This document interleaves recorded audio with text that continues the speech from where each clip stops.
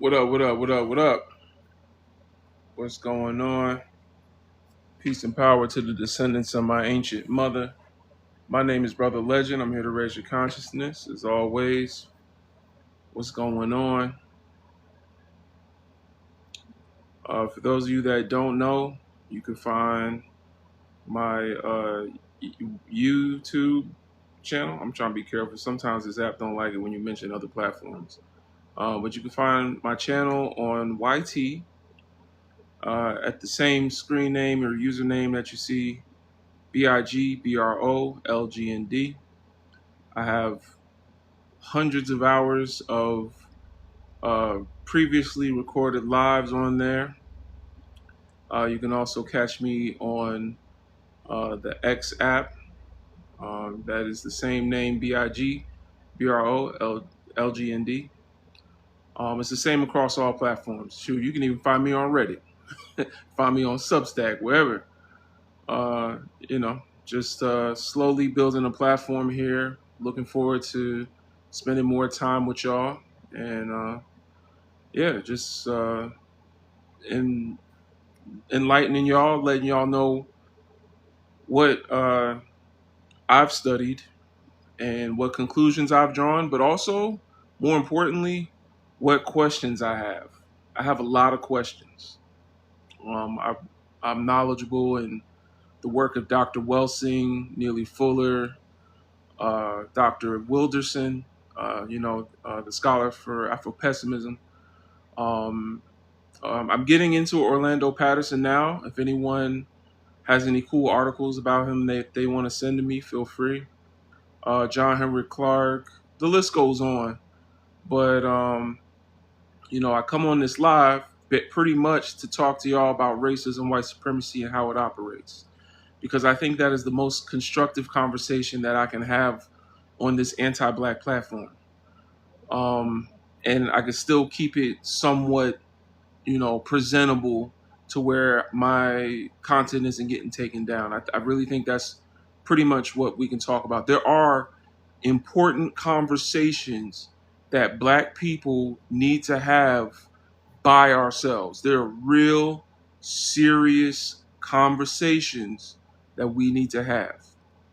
But on this app, I try to keep the conversations where it's the most constructive, and that is that a lot of black people are confused about racism, white supremacy. And Neely Fuller has a quote that says, "If you do not understand racism, white supremacy, what it is and how it operates, everything you do know will confuse you." And so, that being the case, brothers and sisters, I encourage you all to please tap like so that we can have this discussion, that this discussion stays up here. And it also lets the algorithm know that you're getting some value from the live. If you send a small gift or a rose or whatever, it doesn't really matter. I do have the rule up here in the back. This is old, but 5 Panther paws. If you want me to remove a guest, I kind of made it more of a democracy to where I'm not just removing people because they're getting on my nerves. But I still will remove you if you come up here trying to distract us from the core conversation. As always, I'm going to give you the definitions and the terms for the discussion. It's always going to be more of a interview than just me trying to convince anyone to believe anything or come up here and try to tell y'all what to believe. I don't do that. I just ask critical questions, and I encourage black people, brothers and sisters, to please ask critical questions of everything around you. Everything around you is confusing on purpose. And we can get into why I'm saying that later on. But I'm going to clarify for y'all what racism is. Racism is white supremacy. What is white supremacy? That's literally what Neely Fuller would say. Racism is white supremacy. What is white supremacy? Racism. That's what it is. But no, what is white supremacy? White supremacy is a global system created by those that classify themselves as white to control and dominate non-white people in the 9 areas of people activity. That is economics, education, entertainment, labor, law, politics, religion, sex, and war.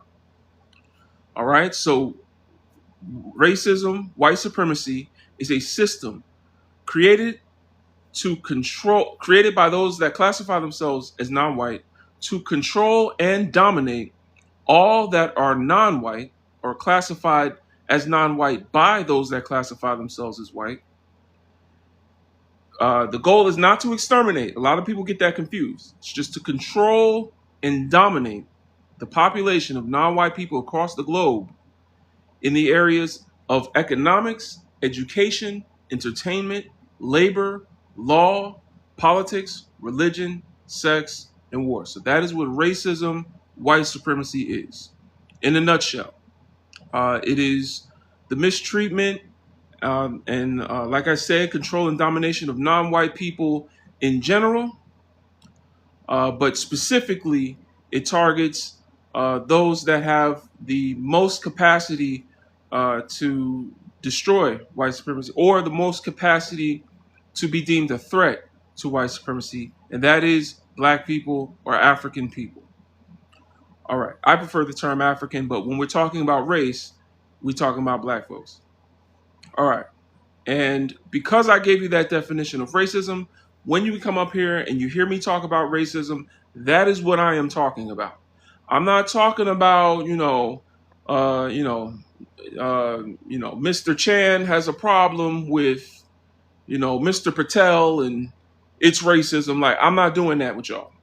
We focus on the main perpetrator of racism. We focus on those that benefit and control the system of racism, and that would be the white supremacists. Is that all white people? My answer to that, I don't know. Are all white people racist? I don't know. I don't know. Ask them. I'm not one of them. I don't know. I haven't met all of them. I don't know. But when you don't know if someone is a danger to you, do you treat them like they're not a threat? When you don't know if someone is a danger to you, do you treat them like they're not a danger to you? Or do you treat them like they're a danger to you and then they have to show you that they are not a danger to you? And then if the white person that we're talking about hypothetically here is not racist, that does not mean that they are not racist to other people. They're not racist, or you feel like they are kind to you. That does not mean that they are not upholding the system of racism within their own household or towards other black people. So we cannot generally say whether or not all of them are. All we can say is, I don't know. Muhammad Ali had a quote to where he talked about this, and he said, if you see 1,000 rattlesnakes coming at your door, but you know that some of them might be good rattlesnakes, do you let them all in or do you shut the door? Well, brothers and sisters, we need to shut the door. Probably need to do more than that. But for now, I would like it if we could just get on code with shutting the door first. All right. So the other thing that, because we talked about the definition of racism, white supremacy, Neely Fuller, and counter racism, I want to also talk about justice. The opposite of racism is justice. The opposite of racism is not anti-racism. The opposite of racism is justice. Justice is the guarantee that no one is harmed and that those that are the most harmed get the most help. I'll say it again. Justice is the guarantee that no one is harmed and that those that have been the most harmed get the most help. Brothers and sisters, who has been the most harmed? Who on the planet has been the most harmed for centuries? Those people deserve the most help. Those people deserve the most help. And then we also, in a system of justice, know that justice is the guarantee that no one is further harmed, that no more harm will be done. So any action that is taken where people are harmed should be punished in the eyes of justice, right? But yeah, all right. So that is justice. That is racism. Brothers and sisters, we are behind on the likes. I need to get to 2K before I let anyone up here to answer these questions. I need to get to 2K likes. whenever I let people up here before we get to 2K, it's usually some troll or someone else. So brothers and sisters, I encourage you, if if you have ever seen Blue Magic hair grease in your life, then brothers and sisters, please tap like. If the palm of your hand does not match the back of your hand, then brothers, if you can see lines in your hand like this, if you can see your lines, you know what I'm saying? From a distance, if you can back up and you see like lines in your hand, brothers and sisters, I need you to tap like. Please. Let me think. If you wear a bonnet to bed, then please, if you wear a bonnet outside, then please tap like on the live. If you know about Murray's what is it, hairdress, the little orange can of Murray's, then please tap like on the live so we can get to 2K and we can answer the questions up behind me. I'm gonna read some of y'all comments. I see y'all commenting down here. Let's see what we got. Can I come up and chat? Not yet. I believe we had someone to answer the question. To your question, yes, but only if the culture is respected and not co-opted. I disagree. I personally disagree. But like I said, y'all, I'm not here to convince anybody of anything, because a lot of the times, I don't know. I'll read something that'll change my mind on things. But when it comes to what I do know and what I actually talk about, I have read so damn much that y'all will struggle to change my mind. I'm gonna be honest. But as a learner, as a teacher, I gotta stay open to new information. The only time it's acceptable, in my opinion, to change your mind on something is once new information has been presented and you have done the critical thinking to see where there might be any flaws in your logic. So we should all strive to be correct and logical. We live in a world full of lies. White supremacy has enabled and validated liars so much that we are used to lying. How many of y'all have heard of a white lie? What the hell is that? What the hell is a white lie? Why is a white lie good, but a black lie is bad? You see what I'm saying? At the end of the day, we need to put an end to as many lies as we can and try to tell the truth. And that's what I try to do when I come up here.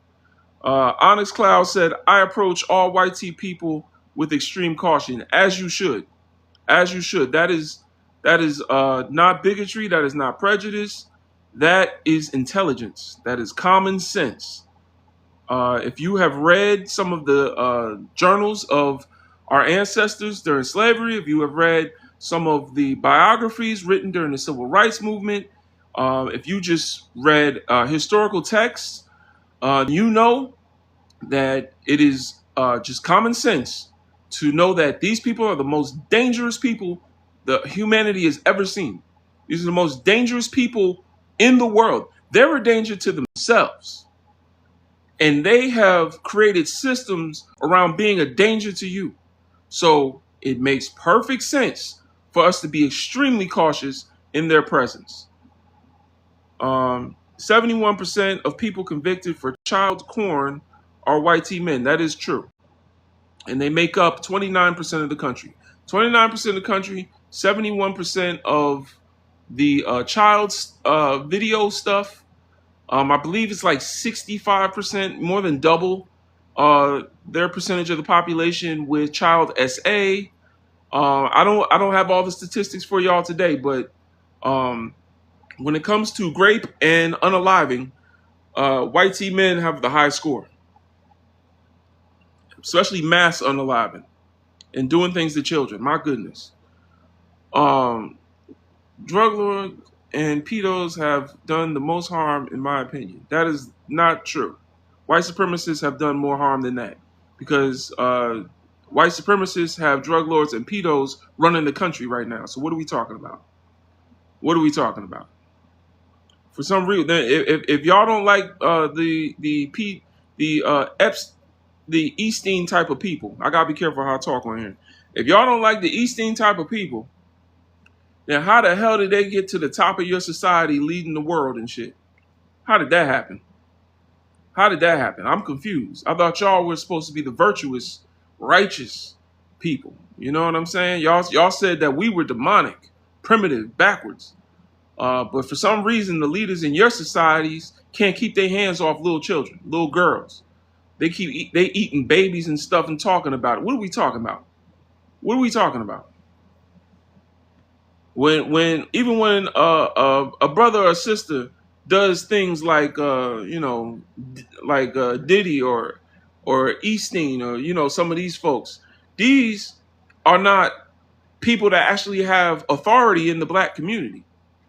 They don't have any authority. They might be popular, they might be famous, but usually most of the time it's some dude that was an orphan young and spent a lot of time in jail, or have something happen to him when he was a kid, or something happened to her when she was a kid and she's doing stuff. They do stuff to chill, but they not running our community. They have no authority to do anything in our community. Y'all voting in your PDFs. Y'all vote them in. Y'all don't do nothing to get them out when you find out. Y'all that you got them running corporations and running the world economy. How dare you look? You know what I'm saying? How dare they look at us with any type of moral superiority? Dairy demons. Hey man, I gotta give it up for dairy demons. That's a good one. Are genocidal maniacs. We aren't. You can't coexist with that. I agree. Two Trill Productions. I agree with that. Shout out to Two Trill Productions. Absolutely nothing to contribute to society for real. Who has the absolutely nothing to contribute to society? I know you're not talking about black people. I don't know. Your profile picture looks non-black, so I don't know if you're talking about black people or not. But one thing that cannot be said, you can say whatever you want to say about black people, but you cannot say we have nothing to contribute to society. Y'all made a whole industry off of kidnapping us to bring us here to build your society. So if we had nothing to contribute, y'all would have left us the hell alone. So we ain't falling for that one. I don't think any black person will fall for that one. That's a nice try though. That was, you could have tried better actually. I'll give that try like a D. Yeah, that's a D minus try. You could have did a lot better than that to try to fool us. We can coexist by making the biracial kids we fetish. What in the world? All right, yeah. His name is Dr. Yeast Infection, so that tells me all I need to know about that person. They have done it since the beginning of time. What have they done? What is black? I don't know. Ask white people. I don't know what it is. I'm still trying to figure it out myself, to be honest. Sometimes I'm black, sometimes I'm American, sometimes I'm a man, most of the times I'm not. It's just whatever white people decide is black, that's what black is. I would say that my understanding of it as a black man is that it's people of African descent, pretty much. People of African descent. Those unwilling to control their emotions will be subject to incredibly injustice. I don't know what that means. I don't know. Are you quoting somebody? What does that mean? Slaves picked cotton. They didn't build society. That doesn't make any sense. That doesn't make any sense because capitalism, as we know it today, was built on the slave economy, which, in order to get the cotton that built society, you had to get the slaves first. So there would have been no cotton without the slaves. Like, I don't know. Why am I getting the low IQ dairy demons today? Like, what is up with that? Come on. Where's the good ones? Like the ones that really come in and talk about it's class warfare, guys. Where are the where are they? I don't know. I'm getting like I don't know, the cousin lovers. I'm getting the cousin lovers today. I'm not sure what's going on. Where the good ones at? the ones that really make a convincing argument to confuse us. No, the world was built on cotton, not slaves. Well, who picked the cotton? Like, that's so simple. Like, what are we talking about? The chuds. Y'all are funny, man. I miss TikTok, man. Y'all are hilarious, man. Shout out to y'all. Hope everybody been doing all right. Y'all get ready for these gas prices. Y'all get ready for these gas prices. Brothers and sisters, get ready for these gas prices. I hope that some of y'all live on your own land and have your own abode. The price of everything's about to go up. So your rent prices, all of that, everything's about to go up. So I hope, brothers and sisters, y'all can lock in. If not, I know a lot of us aren't, then at least try. At least try, because the clock is ticking. DT in the White House is doing the best he can to destroy his own country, because he can't do what he want to do, or at least he trying to do what he want to do. What is white culture? That is a good question. White culture is white supremacy. That is simply what it is. White culture is lying, stealing, and unaliving people. That's pretty much it. There's not really much more to it than that. I would say that there is nothing more to it. That is all it is. White culture is racism, white supremacy. Slaves created a lot of inventions, many unknown. I would say enslaved people. I try not to say slaves. They were people. Enslaved people created a lot of inventions. I would say, yeah, that's true. Unfortunately, none of those inventions were able to free them. But they were, they came from the minds of our ancestors and were stolen. This is what he wants to do. I know, right? That's what he want. He want to do that in little girls. That's what he want. Right. He's definitely messing up this country. For himself, this country already been messed up for us, but we need to, watch the weather. You know what I'm saying? The weather, it might be about to get hot outside. So I hope brothers and sisters is able to weather the storm. You know what I'm saying? We will share our lice if y'all share y'all DEI. We don't have any DEI. The white women do. You come in, the white women with the lice, they have all the DEI. We don't even have any.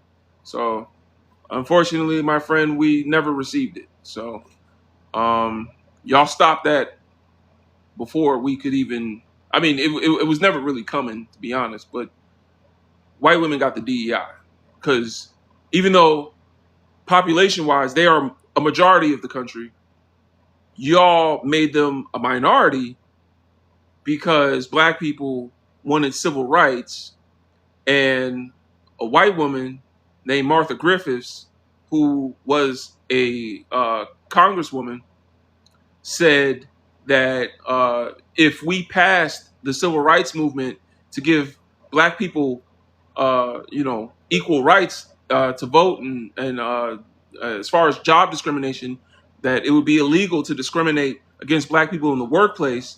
She said that it would give black women an advantage over white women in the workplace. And I'm talking about the 14th Amendment, Title VII. So this is back when they were passing the Civil Rights Act. Yeah, she said that we couldn't have an America where black women were able to get jobs easier than white women. So she added sex to the Civil Rights Act so that now white women were deemed a minority. Jurisprudence, meaning throughout the land, in how things work. Basically, the majority of the country is a minority, and y'all gave that minority most of the DEI because they make up such a large amount of the country. So if you want your DEI back, go to your wife, sister, auntie, your cousin, shoot, your auntie and your cousin and your sister might all be your wife. As far as I'm concerned, it seems like y'all like to do stuff like that. So they you might be married to your mother. I don't know how it works in y'all community. Um, all right, 74% of white women got DEI. Now, I know that I don't know that statistic, but I wouldn't be surprised if that might be true. Hopefully, SCOTUS doesn't do Dred Scott 2.0 with the birthright case. What's it going to change? To be honest, what's it going to change? I'm always people hate this about me, but when it comes to like laws and all of that, like I understand racism, white supremacy. People need to understand white supremacy is not called white supremacy because white people are superior. That is not what white supremacy means. White supremacy is called white supremacy because it says that the law of the land that governs all the other laws is white supremacy. So yeah, there's a constitution and there's your Bill of Rights and your local state government and all that. That's the little laws. Those are not the supreme law. The supreme law is white power over non-white powerlessness. That black people are indefinitely seen as inferior through natal alienation, general dishonor, and gratuitous violence. Natal alienation, general dishonor, and gratuitous violence. That is something that black people across the world all have to deal with. And that is how the world sees us, even outside of white people, even outside of the Europeans. But that is the condition of black people. That is what defines us, right? And so white supremacy is the law above the laws that everyone in at least Western society and certain parts of the East follow. So that's what white supremacy is. So when it comes to these laws changing, I would say, what's the worst they can do? They've already done their worst. Life might get more uncomfortable, but I would say that's probably a good thing. I think we're a little too comfortable. I think we're way too comfortable. I have to convince black people that white supremacy even exists sometimes. What in the world? Sometimes you got to convince black people they're even black. They look in the mirror and look like Wesley Snipes. And they don't even, I know black. Like, no, I'm FBA. I ain't no, like, what we talking about, man? So, it just don't make sense sometimes. Some of y'all think you are your religion and all of that other stuff. I guess we could be more unaliving. What would that solve? What would that solve? We already are pretty unaliving. We just not unaliving the right people. But at the end of the day, what would that solve? How would that help us? If someone knows the answer, then let me know.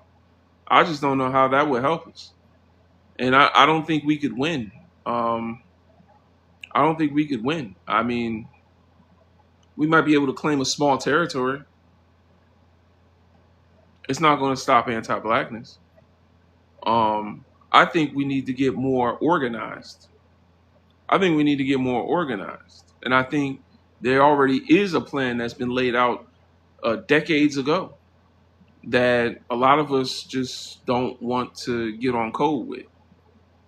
So, I think the blueprint has already been laid. We already have our scholars. All right, what else we got? They pumped up the institutions with race divide to take our eye off the top 1%. See, now, remember earlier when I said that I was getting the low IQ honkies? This is one of the ones where this person is one of the leftists, trying to study and find new excuses to allow racism, white supremacy to operate. This is the kind that really confused a lot of black people. He said they pumped the institutions with race divide. I would say that the institutions were built on race divide. Race divide was the foundation of the institutions before they were even built. So they didn't pump the institutions full of race divide. Race divide was the basis. The need to create the institutions was race divide. White people so often try to flip racism to where it first we had an equal and fair society, and then these people came in with the racism, and they came in and messed with everything and changed it and corrupted society. Like, no, my friend, no. Anti-blackness was the basis.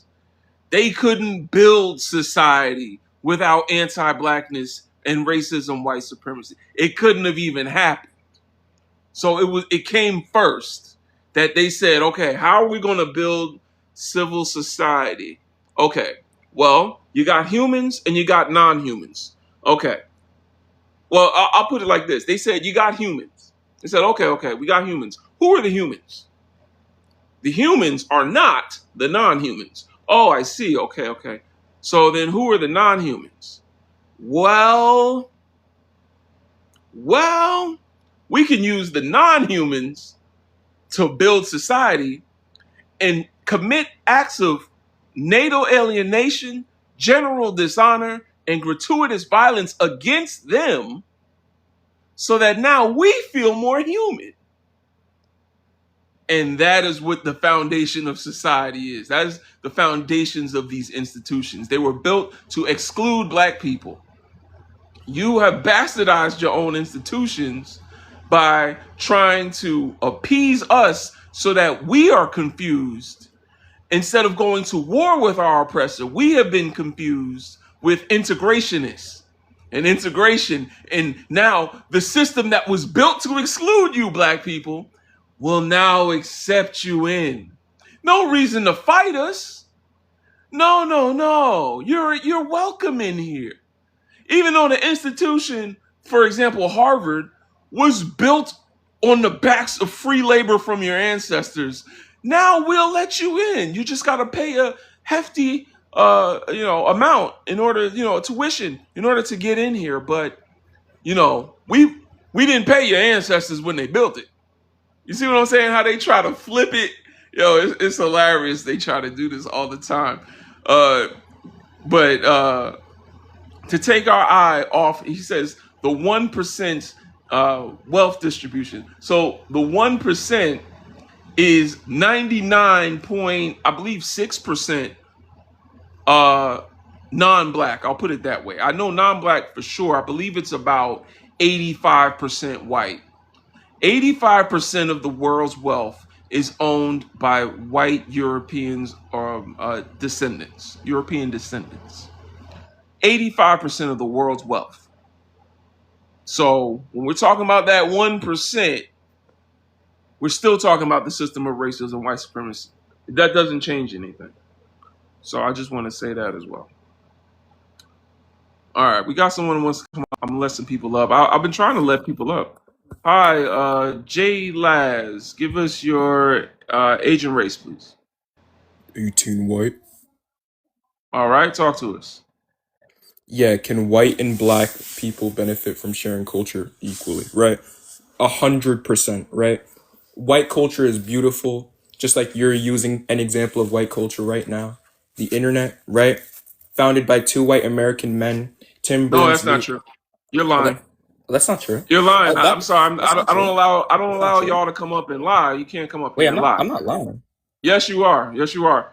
No, I'm The not. internet was built by a coalition of people of many different races.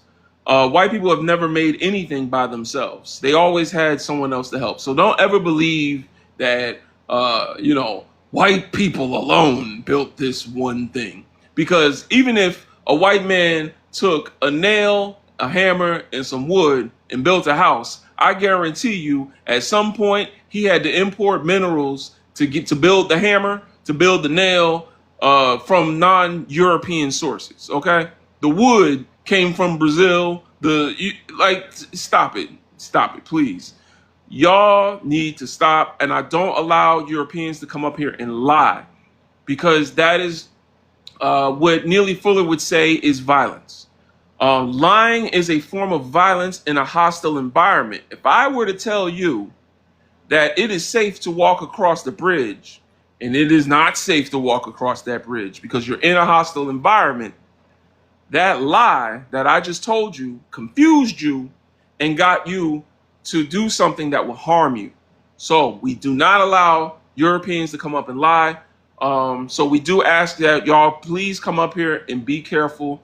It's part of the integrity of this platform. I do not allow y'all to come up here and lie. Um, and the funny thing is, my great uncle actually helped work on the internet at AT&T back in the '70s up in Manhattan. So and he worked there until close to 9/11.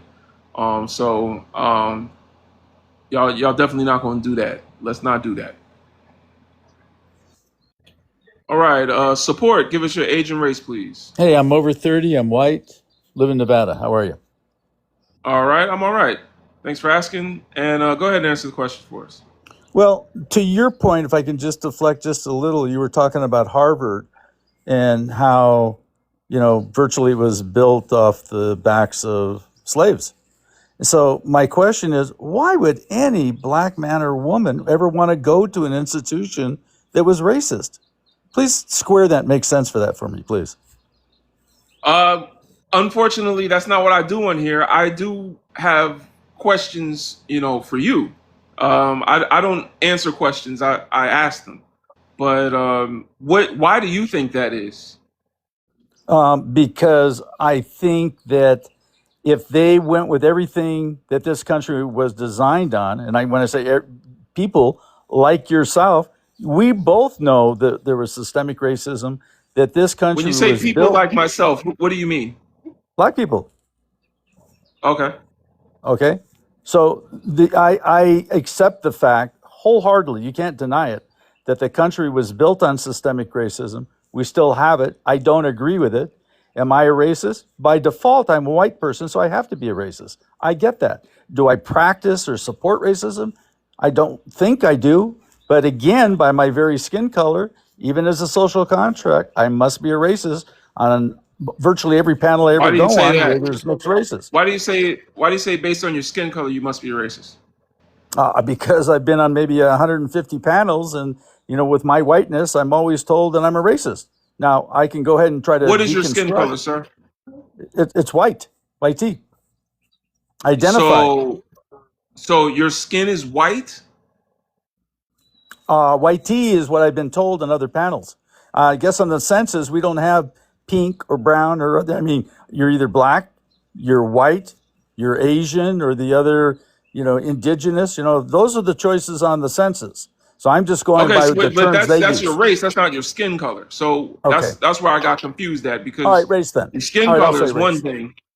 Okay, so yeah, all right. So you're racially white, and yeah, go ahead, continue. So, if you're going to take the point of view that you don't want to support anything that was, into the Constitution that unfortunately called black people, like you said, less than human, 3/5 of a person, that's obviously been changed. But that's the way the whole system was designed by white men for white men. And, that's the way that it was. So you either have to get involved with the system or form your own or leave. I mean, there's not a lot of other choices, I don't think. If there are, please tell Okay. me. Yeah. Well, what do you think that black people should do as far as forming their own system? What do you mean by that? Well, I think what black people should do is succeed in America. And there's lots of examples of it. My hero, okay, Neil What is deGrasse Tyson, success? my number one hero. What do you mean by success? What is the measurement for success? Whatever they feel makes them happy and fulfilled. That's success. Okay, Let me so give you an whatever example. makes them. Let me give you an example real quick, if you wouldn't mind. I have a daughter that's a Uh PhD. Okay, she doesn't work. She huh. stays for kids. I have another daughter that's a waitress. Same amount of kids. She stays home and home teaches. They both, you know, You're someone's a breaking up, PhD. friend. Am I breaking up for y'all? I'm sorry, you're breaking up, sir. Both my daughters Is are my K. is my okay? Thank you, y'all. He breaking up. Every. Uh, support. We're losing you. All right, I better Just drop off. I'm sorry. okay. Just come back up. Come back up.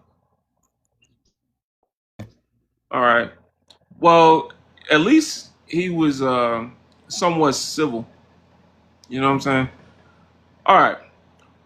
Are white people racist because their skin is pink or melanin deficient? All right. Alvarado, I don't know what your obsession is with people's religion, but you got to go, my friend. Like, you could tell this is a white tea person trying to throw shade at people that take walks on Saturdays to try to distance themselves from the system of racism, white supremacy, and blame people that eat unleavened bread. You know what I'm saying? You're trying to change the narrative so that the religion of the white person matters more than them being classified as white in the first place. Back in America, we used to have Jim Crow. There was whites only fountains and there was colored fountains. The people that walked on Saturday and wore small hats could drink from the whites only fountains.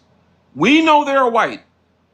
Can you, whitey Christian nationalists, stop trying to confuse us and say that just because they wear small hats and have curls on their head, that they are not white? We are not going to be confused by that. You're not even confused by that because you allow them into your country, you allow them to thrive, and that is why they are at the top of your banking systems and all your other systems. That is why, because you allow them in. So stop it. All right. Now back to what he was saying. Just because his skin is pink does not mean that he is a racist. He's a racist because he classifies himself as white.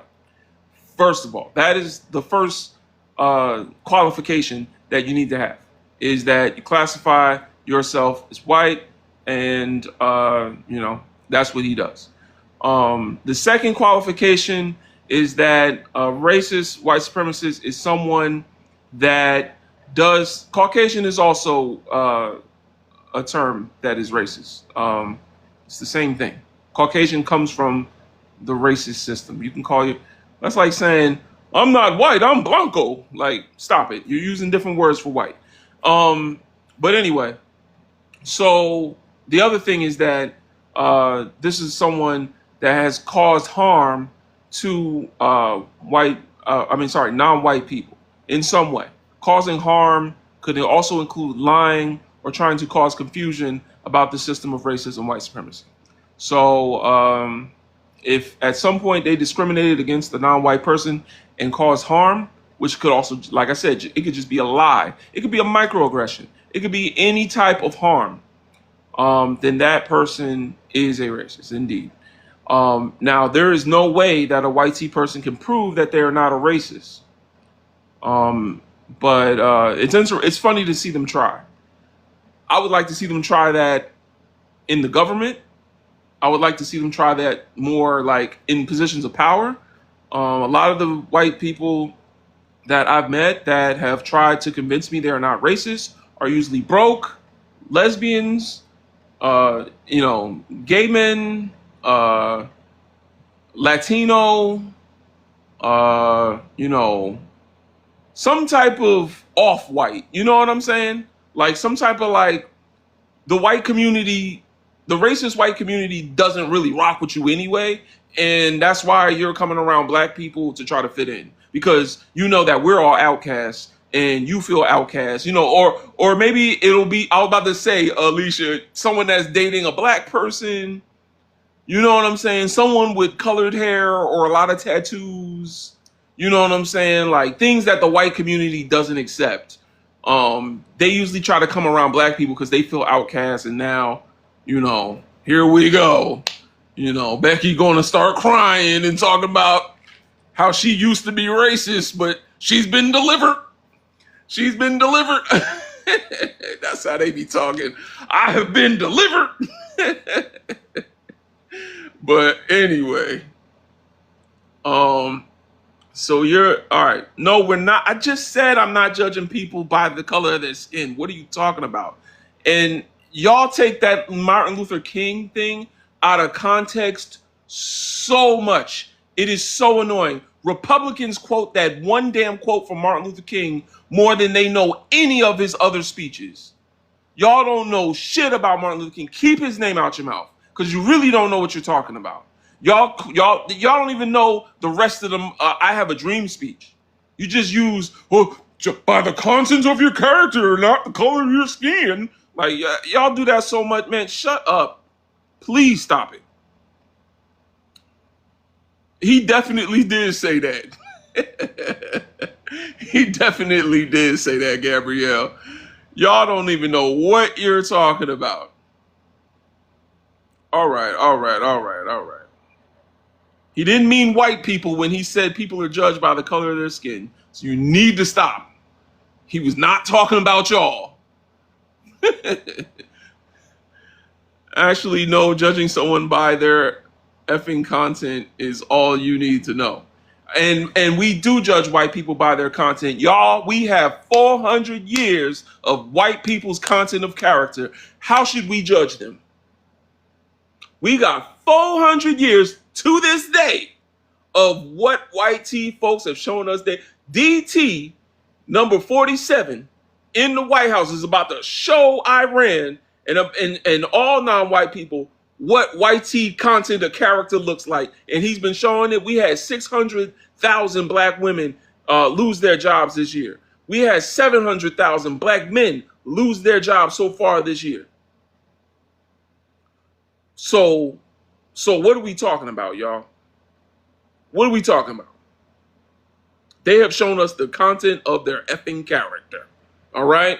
We know your content of character has been the same since I think it's like since the 16th century. You have shown us. So it's time to do the judging part now, y'all. We know who they are. Like we already passed trying to, investigate. Like how long it's going to take us to wake up. Turn it on. Turn it on.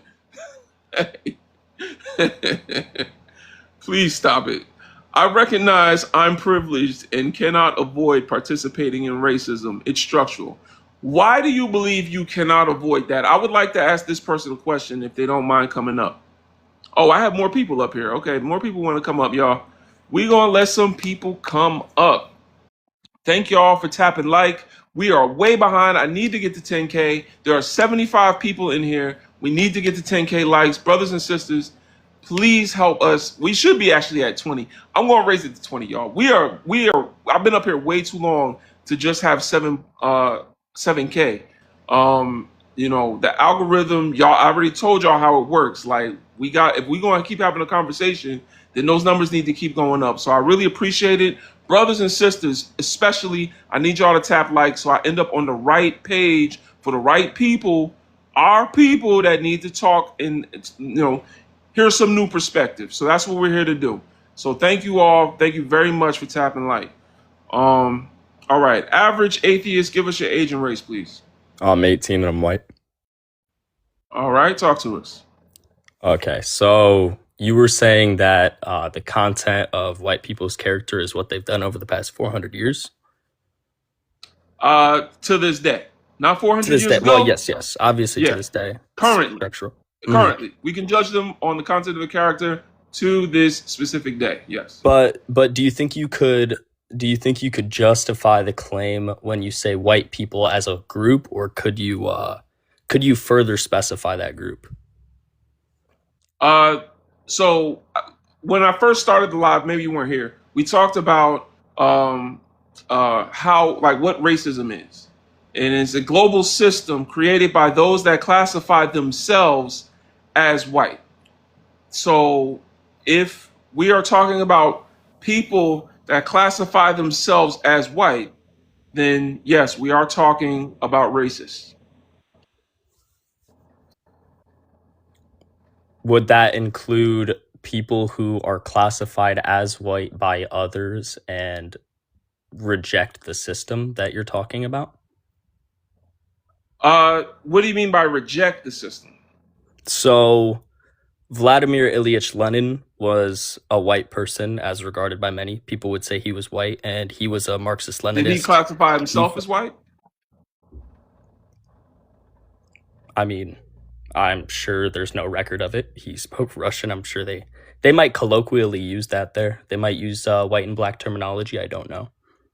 Okay, maybe, What maybe do you not. think would be Okay. what do you think would be appropriate terms to use if you did reject the system where people call themselves white and then use that system to oppress other people?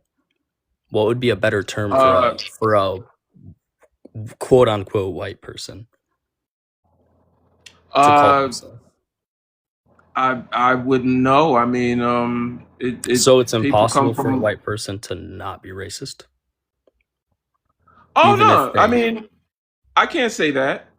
Okay, It's yeah, possible. okay. It's So possible. I haven't seen any, but would the I'm sure content some of exist. could I, for I, example, um, yeah. let's say what's a good example? Trying to think. I mean, sure, we could just go with Lenin. Lenin, I'm sure in Russia they use the same white black classification for European Russians and African Russians. So let's say Lenin classified himself as white. He did everything in his power. He codified racial equality. He abolished all businesses, which would have gotten rid of any white dominated businesses. The Politburo was, it had pretty even statistics. And then he also gave women equal rights so I'm talking about the Russian Revolution after the Russian Empire. So this was when they were becoming communist, right? Was So Lenin a Marxist? yes, he was a Marxist. He was a Marxist Okay, Leninist who created that movement. and how do Marxists define humanity or human? What is the Well, Marxist definition? human would be the Yeah, species Homo sapiens, or it would actually be the that's not it would it. be I the mean, you group got of to recall species. That's not Marx. the No, no. Read Marx's definition of what a human is. I'll tell you, but yeah, yeah. I You can tell me. usually I What's usually Marx's encourage definition of human? people. That would be a human is someone who creates uh, that produces labor, basically to create themselves through labor. I think that was the exact quote: to create themselves through labor. So that is the definition of humanity. Like I just to believe be that would be human is to create and produce labor. so. That would be like the proletariat. Yeah. So the proletariat would be humans. Okay. So Well, then they I would be. believe in Marxism. Like I don't know. I'm not a Marxist, but I'm not sure if that's just the proletariat or also like the upper class or whatever. Yeah, Well, listen, I no, get confused with the communism. bourgeois Yeah, wouldn't be selling their labor, right? They would be the ones exploiting others' labor. And that's right. the bourgeois is the upper class, which is what I was hoping you would further classify your grouping of white people when you say in the West for the past 400 years up Well, until now. what I'm trying to say is that Marxism is inherently anti-black because that definition of human does not fit black people, or it does Black not people suit can't black work. people. It doesn't suit black people. Black people work. Why? White and black people work because, But well, why do black people work though? black people work to survive, just like all other Sur- proletariat. Survive what? Well, you work to survive. It depends on what economic system you're looking at. So, in a capitalist economic Why system, are black people in any economic system? It's different between economic systems. The work incentive, it's a work incentive in economics. Okay, so what is the work incentive for black people? Again, it's different depending on the economic system. I could explain. There's three main economic systems I could explain, but Okay, so in all of those economic systems, when did black people decide to join the economic systems and then chose to produce work for society? well, for traditional economies, that would have been so if you're talking about I don't know, it would be even like before even electricity, Africa, like before there was electricity in the world. What were they? Were they working then? Yeah, people were working. So that would be called a traditional You gotta, economy. you gotta, you gotta, you gotta. This is the thing about Eurocentric history. We gotta look up African history. Not all Africans were working. Well, not all people in any culture are working. No. I mean, first of all, Africa It's is not one three. culture, it's many Africa is cultures. 3,000 cultures. It's the most culturally diverse I place know. That's what I'm anywhere saying. on I'm Earth. saying people of any culture in Africa, any culture in the world, there's going to be But what some I'm people who saying are is, exempt from labor. what do you mean by exempt from labor? So it would be socially acceptable for them to not be working or having To not be working, right? But the thing is, I'm not talking about people that were not working. I'm talking about people that did not have to work. So, Could you in give order to examples? I'm not be actually curious. working, in order to not be working or to be exempt from work, that means that work would have to be happening. In order to be exempt from work, that would mean that work is happening and you are exempt. I'm not talking about exemption. I'm saying culturally, on the African continent, there were cultures that did not work. Could you elaborate? I would tell you, I'm just to interested. look Like, where could further I into look it. into this? Yeah. Look into the Khoisan people. Look into the Khoisan, Khoisan people. This is the problem with Yeah, I Marxism, vaguely y'all. know what you're Only talking reason about. I'm explaining this to him is because this is the problem with Marxism is that it says in order to be human, one has to create himself through labor. Black people, we have been laboring for 400 years. How dare they tell us that in order for us to be considered human, those that have been considered non-human, how dare they tell us that the only way we are eligible for the human title, we have to work? When they have exploited our work, when we had plants and gardens feeding us, we had homes that were built sustainably to work with the environment. Okay, I'm back. I have the actual definition. Okay, He didn't define human or humanity. He defined human nature as the drive to creatively produce and satisfy social and individual needs through work and interaction. he defined human too, but you found that one, so that's okay. Well, that was there was no definition for humanity or You type human. humanity, type I typed human. definition I of typed human. human, That's what I did. Marxism. No, That's you what I did. didn't. No, No, all right. So I'm I gonna can do it send you the now. screenshot. I'm gonna do it now, and if it comes up, I'm gonna call you a liar. Okay? All right. Yeah. Type Go Marx's check. definition of human.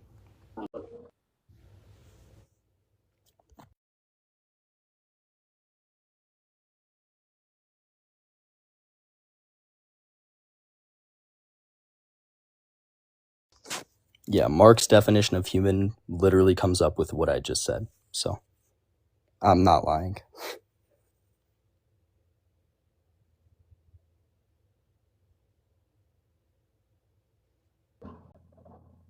All right. I'm back.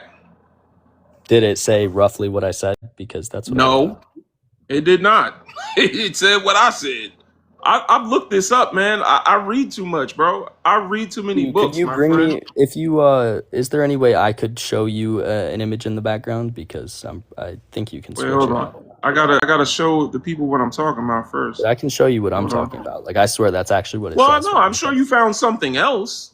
Oh no, like I wrote okay, you I wrote said Marx's Marx human definition. Marx defines humans as active social beings whose nature is shaped by their productive labor and material historical conditions rather than fixed biological traits. So when we talk about human as Homo sapiens and we're talking about Marxism, I am talking about people that says their nature is shaped by their productive labor. Even in what you were saying, that definition I would say is anti-black.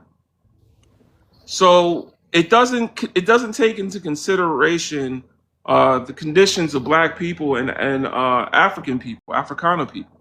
So that being the case, Well, are there still Marxism falls culture short. like are there still cultures today, like obscure cultures on the African continent where people wouldn't be working? Is there anywhere on the African continent that hasn't been touched by white supremacy? I know, but the point of Marxist That's critical your review. answer. No, I let Well, me that's your explain. answer. So the point of Okay. Marx's critical analysis of the modern world is that it's of the modern world. He's not analyzing history. He's analyzing these are the conditions that we were born into, right? There are certain people who pull the strings, the bourgeois, right? There's going to be powerful white people who are upholding this oppressive system. Would you not agree? And they were vested Powerful. that power. They were vested that power by the powerful white people of the past. Okay. I'm trying to Marx, like communism and all this other stuff becomes a jumble of words, to be honest. But you're saying that at the top, meaning the top of wealth, right? You're talking about who has the most money. I said power. I said the powerful. Okay, so Right. power. Then power meaning what? Yeah, in many societies, the wealthy would be powerful. People with political power are powerful. I would And say in that in I would say that in Western society and society all around the globe, white people are powerful. I would say indiscriminately. in states like Eritrea, right, there would be politicians who are African and very powerful, right? I wouldn't say that it's They're necessarily not. white No, people. they're not. No, they're not because they don't have the sovereignty to do what Donald Trump is doing to Iran. If they even tried, They're then sovereign, there but would be an issue. relative to the oh my gosh, relative to the United States, of course, the leader of Eritrea is going to have less power, right? So I'm saying, so Right? when I Why? What do you said mean? Of course. Wait. powerful Hold white on. You people, said of that's why I said course. You said of course. So what do you mean? Of course, he would have less power. right, because the United States empire is a global empire that extracts wealth from the global south, right? So Africa, Latin America, Asia South. extracts When you wealth from say the global global south. south, when you say global south, south of what? So, well, global south is a term that refers to underdeveloped countries because they have their resources extracted by neocolonialism. Okay. So underdeveloped. Yes, they're So underdeveloped because their so resources are south, constantly stolen. just so south is not a direction anymore. You're just saying it just means It's a term. that It's a term. okay. So are there uh countries of the global south in the geographic north?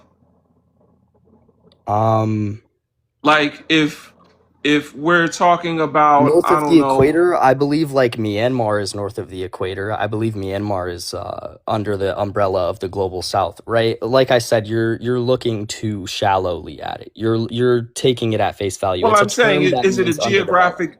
No, it's not a I just want to geographic know. term at all. It's not a Okay. geographic term. But I've it does always been refer to taught the it was majority. geographic, but okay. Yeah. No, it's all good. I was just saying that obviously the majority of countries in the global Are there south. any European countries in the global south? No. Why not? Again, because I was telling you that the global south consists of countries that are underdeveloped because they're exploited by these giant empires, many of which are obviously European and many of which European countries benefit from because of their close trade proximity and power dynamics. So, I of course, see. all of these. Are there any black countries that benefit from this? No, of course not. Of course not. Okay. Yeah, that's why I'm explaining the of course. You wanted me to elaborate. So, I guess what I'm saying furthermore is that these global southern countries, mainly Latin America, Africa, much of Asia, not like China or Japan or South Korea, none of those countries, but many underdeveloped nations are going to have their wealth, resources, and their What does Sovereigns. underdeveloped mean? Underdeveloped would be relative to the global curve. So they're going to have a lower human health index than the average. Lower than who? The average, the global standard, the global average. Okay. I don't know Who sets exactly the what it is, but average? there's a global average for human health index. Nobody sets the average. There's like the UN would do commissions on that. Like it's more of a So I'm just trying to understand, because when you say underdeveloped, that means that there are some countries somewhere yes, that are yes, developed. yes. So So when we by say even underdeveloped, I'm confused because you said it was neocolonialism. yes, it's So neocolonialism. The so countries, then, so the United States, the United Kingdom, France, etc. These countries are going to be extracting wealth from the global south and benefiting from it. So they're pushing their own development but what I'm upward. trying to say is to call it underdeveloped is kind of a euphemism, because that's like someone chopping off your legs and saying you're undergrown. Like, no, you were fully grown, but neocolonialism chopped your legs. I So agree, it's right? not the I same despise thing as saying, neocolonialism. oh, they just haven't developed yet. Oh no, No, they're not underdeveloped in the sense that they didn't take that initiative, right? They're trying to do everything in their power. And then the powerful are just kicking them to the curb and they taking already advantage. had everything in their power. Everything in their power was taken away. So, their I would power was say taken away. And I would that's say that where, would be more of sorry, that would be more of right. They might have had that power over 100 years ago. No, over 200 years ago, right? So this would have been no, about 200? 150 years ago. 150 years ago, because this would have been right before the scramble of Africa when these countries, which weren't unified yet, but when some of these countries were unified in Africa, would have had some sense of power. And then that's when colonialism began. The scramble for Africa was in the 1880s. And then in the 1890s, countries in Africa were colonized, which I would don't have need a history lesson. I know the history of my people. okay, so But I yeah. don't get what you meant when you said that they had the power like they had the power and then it was taken from them, right? I would say they weren't really able Well, to because you come to probably define power by wealth and the ability to enact violence on others. no, I don't That is define it by something. the ability to enact So that violence. I would say power would be more like you can you have self-defense and you have political power to like govern your country, right? So many African countries don't have that, right? Countries that use the CFA franc, which countries ones that do?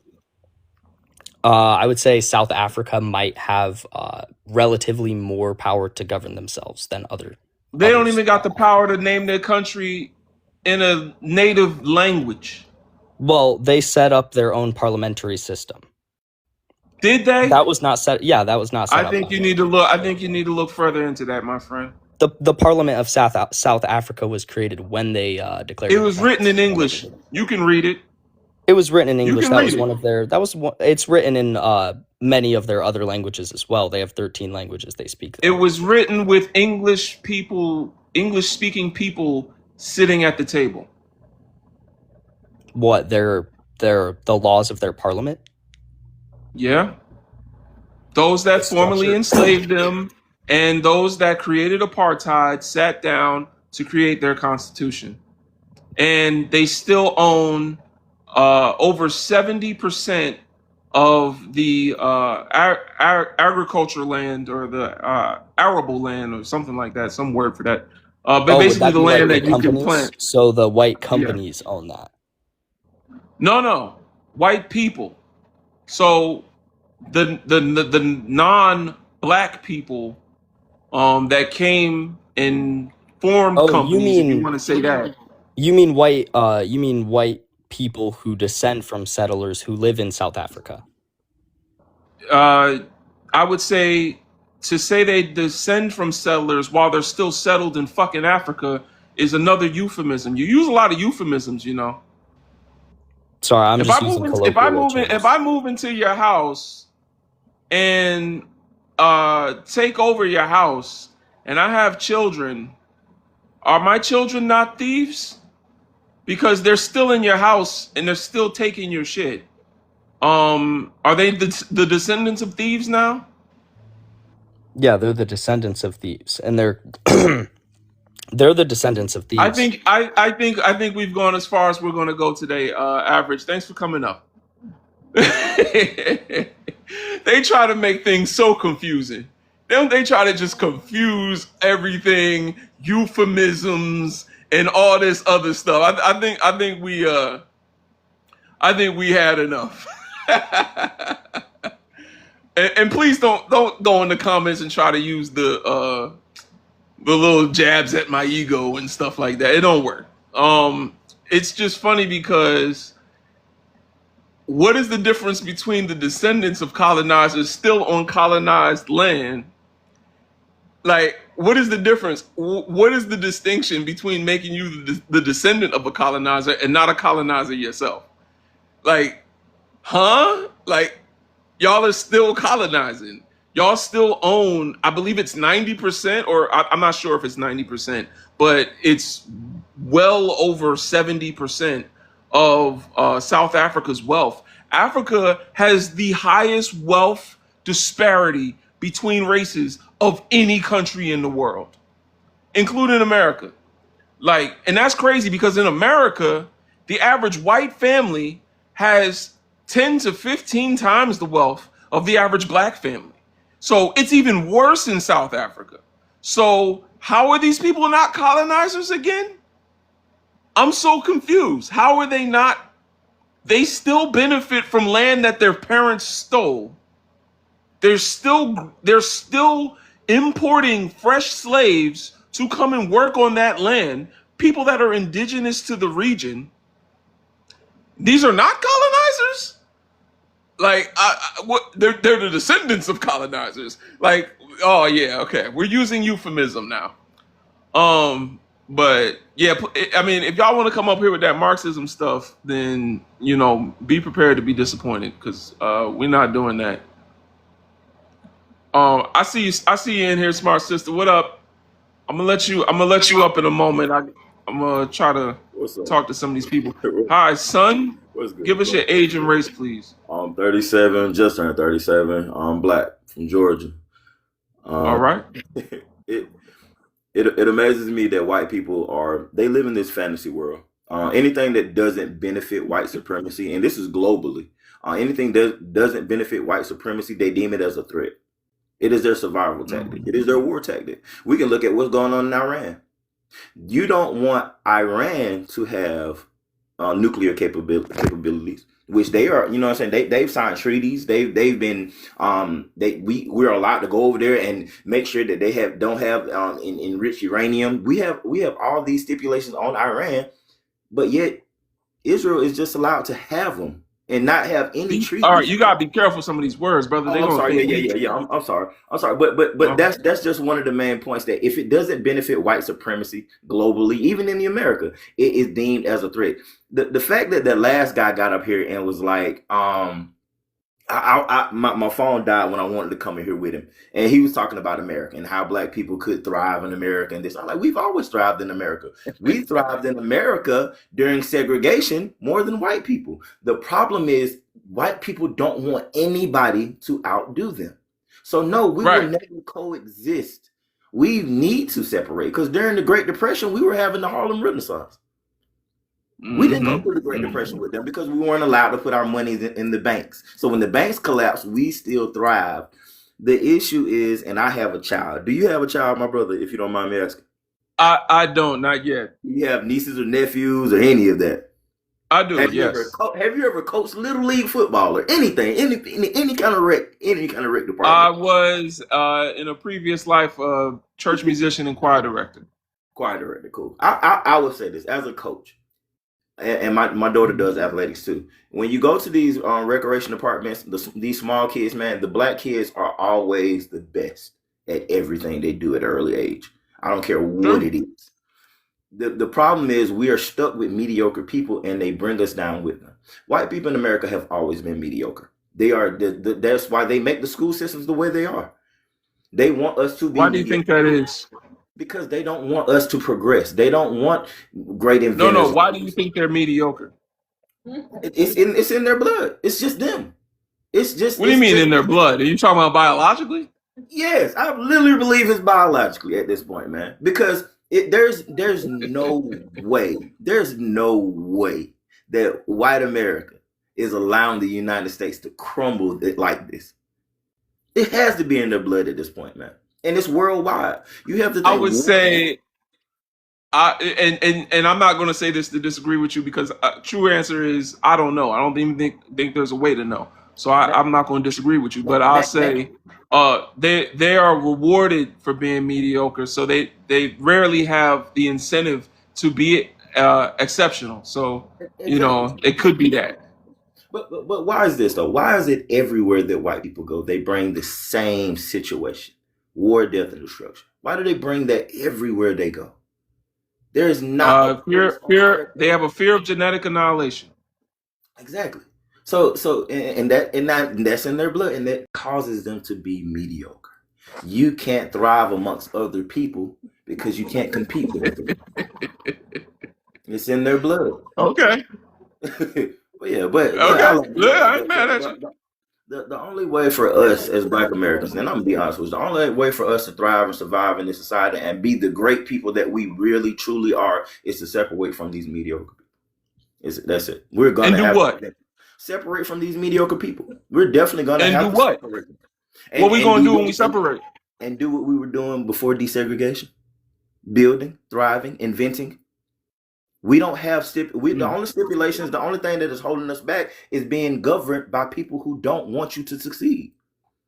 We are the only, just Mm. think about this. Us and Palestinians are the only Mm. people on the face of the earth right now that don't police, govern, and educate ourselves.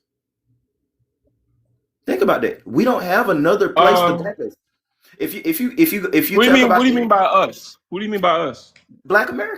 Black Americans, let's just say this: we don't have Black our Americans. So you're saying Africans are they have teaching their listen themselves? they have their own continent and countries where they police, govern, and educate themselves. You see what I'm saying? No, they don't. Mm-mm. Name a country. But this is the thing. They're not willing to fight for it though. You have to think What though. do you mean they're not willing to fight? They have their own continents. They have their own countries where they police. Majority of them police. They have their own. How do they have their own country? Africans don't. No. Name an African nation. So Nigerians don't have their own country. What is the name of Nigeria? What does the name of Nigeria I mean? understand what Do you you're know saying. what the What I'm name of saying Nigeria? is, Do you know what Nigeria I means? know it. I know it, but that's their Nigeria shoreline. means. Hold on. Nigeria means nigga area. This is the area for the N words. That's what Nigeria means. How you but gonna tell me that they decided that's their country? That ain't no. That was a but British company. That was a British palm oil company, and it was named by a white woman that was married to a man that owned the company. And right, all them Nigerians was doing was producing oil for Europe. right. But let And me they ask you. decided to eventually, after a great struggle, the Right, Europeans decided we don't need to be here to control y'all anymore because we've exactly, convinced enough of y'all to control yourselves. exactly. But my point is that when you look at their government, is it mostly them? Yes or no? When you look at their police You mean force, population? and I'm just saying, if you look at their government, if you go to their government, the people that they vote in power, they look like them. When you go to their teachers, they look like them. All of their teachers mostly look like them. When you Have you go to ever their, read the book by Have you ever read the book by Frantz Fanon, Black Skin, White Masks, yeah, or I the mean, spook that sat by the door? we have That's that like here. saying that's like It, saying Candace Owens looks like us. we'll say You see this. what I'm saying? We'll say this. Look at Mexico. What about them? Mexico, they same thing. They police, govern, and educate themselves. Majority of their politicians look like them. Majority of their teachers Do look like they them. speak Spanish? That's what I'm saying is the That means that majority. they can't even think to educate themselves in a language that didn't come from a colonizer. Exactly, but this is what I'm trying to tell you. But The that majority, they hold the majority. We don't. what but even in places like South Africa where they hold the It doesn't majority, matter. They have their own body it of don't land. the majority black You're people in missing the point. America You're missing have the a point. fantasy. You're We missing have the a point. fantasy that if we held the majority, we would No. somehow I'm hold not more even talking power. about the majority. What I'm saying is they have their own land where they can police, govern, and educate themselves. Now, whether they choose not They to and don't do that, police, govern, and yes, educate they themselves because do. if they Their were, police force looks like them. Their school systems look it like doesn't them. matter Their what they government, look it like. does matter. That matters a lot. That no, the white man wants you to think that that matters so that you can find ways to place Okay, the onus okay. on the Not victim of racism cool, instead of cool. the system itself. Well, let me ask you this.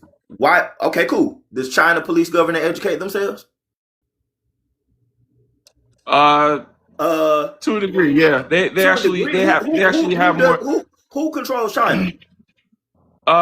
white supremacists at the end of Bullshit. the You day. not you tripping. I know, bro. I can't agree with you on that. China is not controlled by anybody but Chinese When is the people. last time you China saw is not controlled by when anybody is the but last Chinese people. time Now you're when going is against the the grain. last time when is China the last controls time China. you calm down, brother. Calm So, down. Slow the conversation down. We talking too fast. I got you. Okay.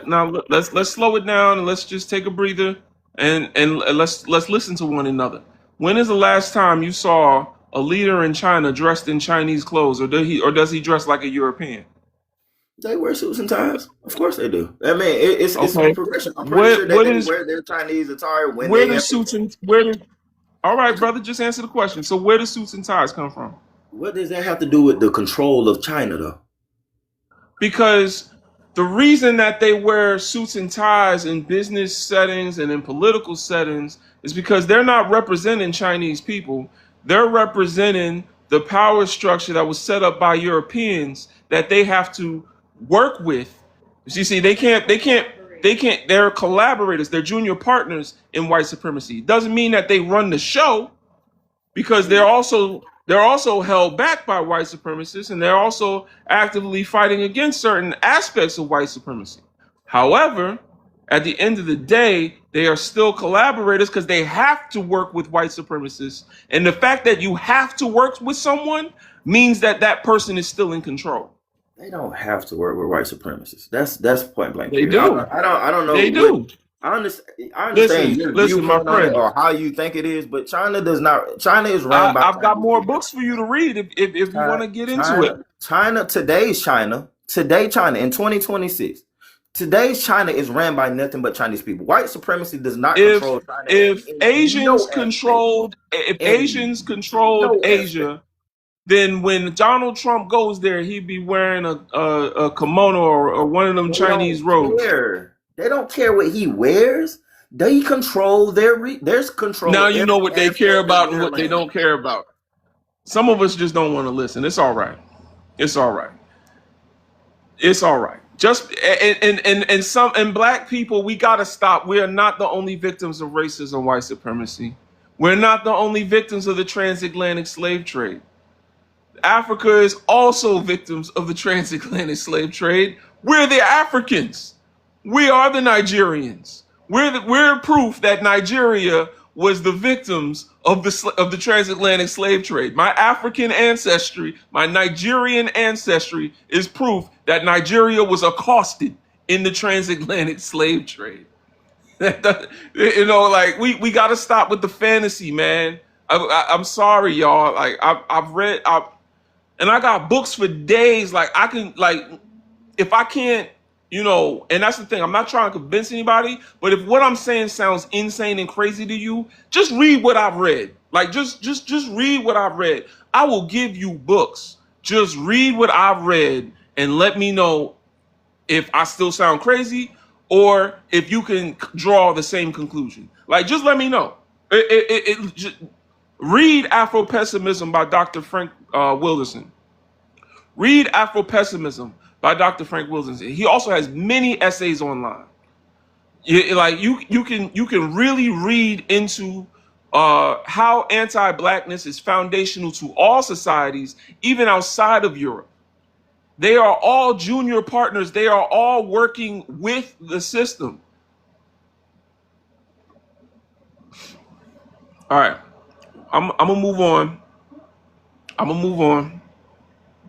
We got some more people. I'm gonna see because I don't want to be disrespectful. I've been doing a lot of talking.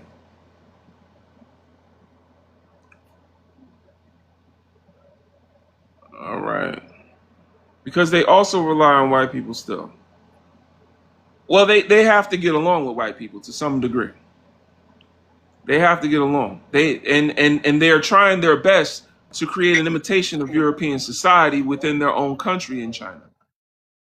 Harvey, give us your age and race, please. I'm 33. I'm American Indian. All right, talk to us.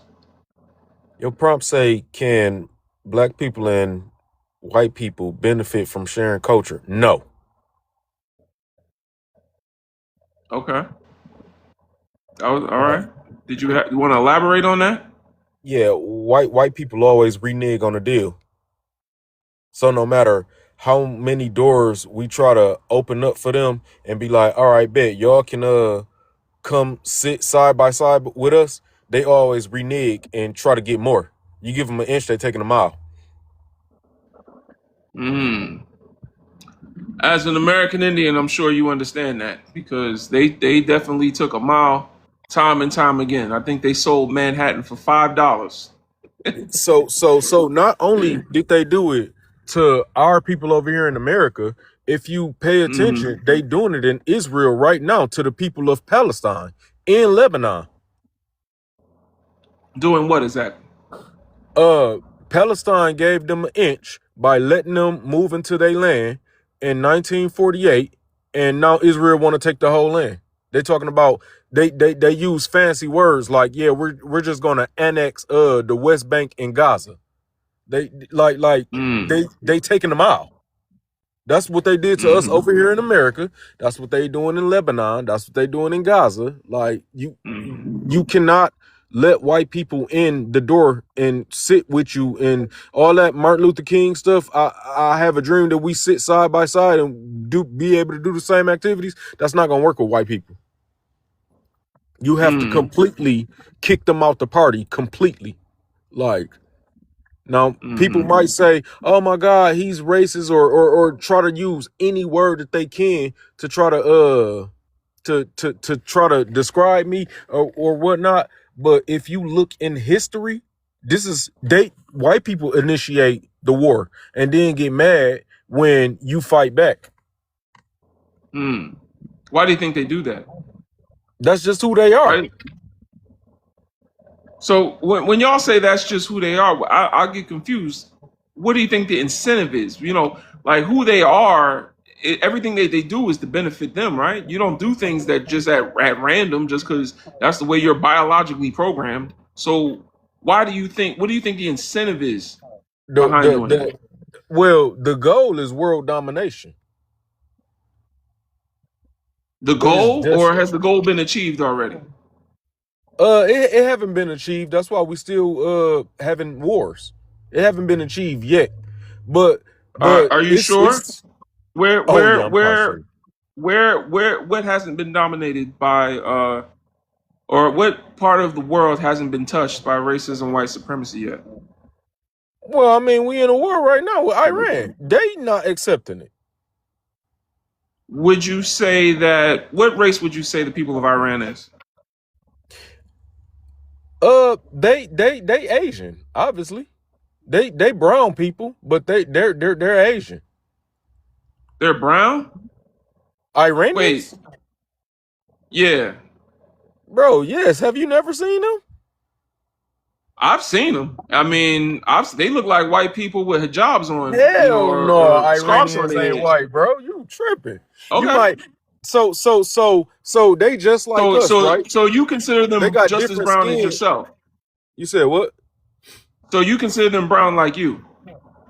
Oh no. They not the brown of my skin Oh complexion. no, y'all. I'm sorry, my bad. Native Americans are red. I get it confused because Native Mexicans, for some reason, are seen as brown, but Native Americans are seen as red. I'll be confused about the brown thing. I'm gonna be honest. Bro, I don't know nothing about no Native Americans. I'm sorry, American Indian. Wait, you prefer the term Indian? Are So you? I'm an American Indian. Like, and I'm sure you are an American Indian. You know, like but not I'm an no Native Indian. American. I'm an Huh? African, my friend. I'm Yeah, African. that don't exist. I'm not no. I'm sorry. African American don't exist. But that's a Africa in America doesn't exist. no. The term African American as a race, it don't exist because it's a African misnomer. American is You not can't a race. No, it's not a yeah, race. you can't It's be an named ethnicity. after no, it's not because you can't be named after two continents. Well, then how can you be an American Indian? Because we're indigenous to this land. My That don't make people, no my damn sense. Indian well, don't say think indigenous about it. nowhere in it. So what are you talking about? How can you be Oh, an American Indian but you can't be an African American? How that well, makes sense? think about it. Think about it. Do you have any elders in your family that's 80 and above? uh, yeah, I do. Yeah, a few of them. Two that I could Um, think of. so those two that you could think of, right? Whenever you get a Yeah. minute, whenever you get offline and all this, just get a minute to yourself. I challenge you to call them and ask them who they are. I guarantee you they gonna tell you like they tribe they from and where they from in the South or wherever your folks from. I don't know where your folks from. I guarantee you they gonna tell you like, hey, I'm this type of Indian. Now I don't know you, you don't know me. I guarantee your Nah, elders gonna say they're that. not 80 gonna and say above. that, man. You don't know my people is different. I don't know about American Indians, but I know my All you people. gotta do is We call them. all I, but I'm just saying like they're the ones that taught me I was African. So why would they change that now? No. I'm not talking about the ones that's 50 and 60. I'm talking about the ones 80 and above. No, I'm talking about the ones 80 and above. We've been calling ourselves African Americans since the 1700s. So I don't know what you mean by that. Well, here's the Like, thing. That have you that ever that heard of the term African Methodist Episcopal Church, the AME Church? It's been African for hundreds of years, bro. Like that this that not that new. that that term African American wasn't even around in the 1700s, bro. Yes, it was. If you don't know that, then you need to look it up. Well, actually, Yes, that, it that was. It absolutely was. no, that term Yes, came it up was. about in the 80s, No, it 1980. didn't. No, it didn't. There's a song by Roy Ayers and what's Fela Kuti. Fela Kuti is a Nigerian jazz musician. Roy Ayers is an African American jazz musician, and they did a song in the mid to early 70s. It was before because a lot of y'all like to say that African American was coined by Jesse Jackson, It but this was was in the 70s, and in the seven, and it says African Americans, put your mind to Africa. That is the words of the song, and it was before Jesse Jackson. So that is again, this is a falsehood. I'm a historian, brother. I'm not going to tell you a lie. I have read this. There was a sermon given by a black preacher in the 1700s where he described us as African Americans. That is the first time that term was used. Malcolm X called us African Americans never, back in the never. 60s. Yes, he Malcolm X did. never Yes, he called us did. African You do American. not y'all don't know history, and it's all right. I read Malcolm X. You don't like. Don't come up here lying. People come up here lying too much. There are blatant speeches where Malcolm X refers to black people in America as African American. I have it on my Twitter page. I have retweeted these speeches. Y'all keep lying. It's on my Twitter page. It's on my Twitter page. And look up the OAAU speech by Malcolm X in 1965. I'm sorry, 1964. I don't have time. I don't have time. I mean, you show it. Like, no, this ain't your live. I already just told you where to look. The Organization of Afro-American Unity speech, 1964. I believe it was June 24th, 1964. He says, African American, please stop it. Please stop it. Stop lying, y'all. I don't know. These talking about talk to your grandma. The reason that your grandma said you was an Indian was because your grandma was raped. Let's be honest. And she was ashamed of that, so she told you that, and she told your parents that y'all had native blood, and it's okay. I will let y'all come up here and say you are the Oanaki people of the Mars and Jupiter, and y'all come from wherever you want to come from because you don't want to be African. If y'all want to come up here and claim all of that, then that is okay with me. But one thing we are not going to do is sit here and lie. We're not going to come up here and lie. Don't come on my page lying.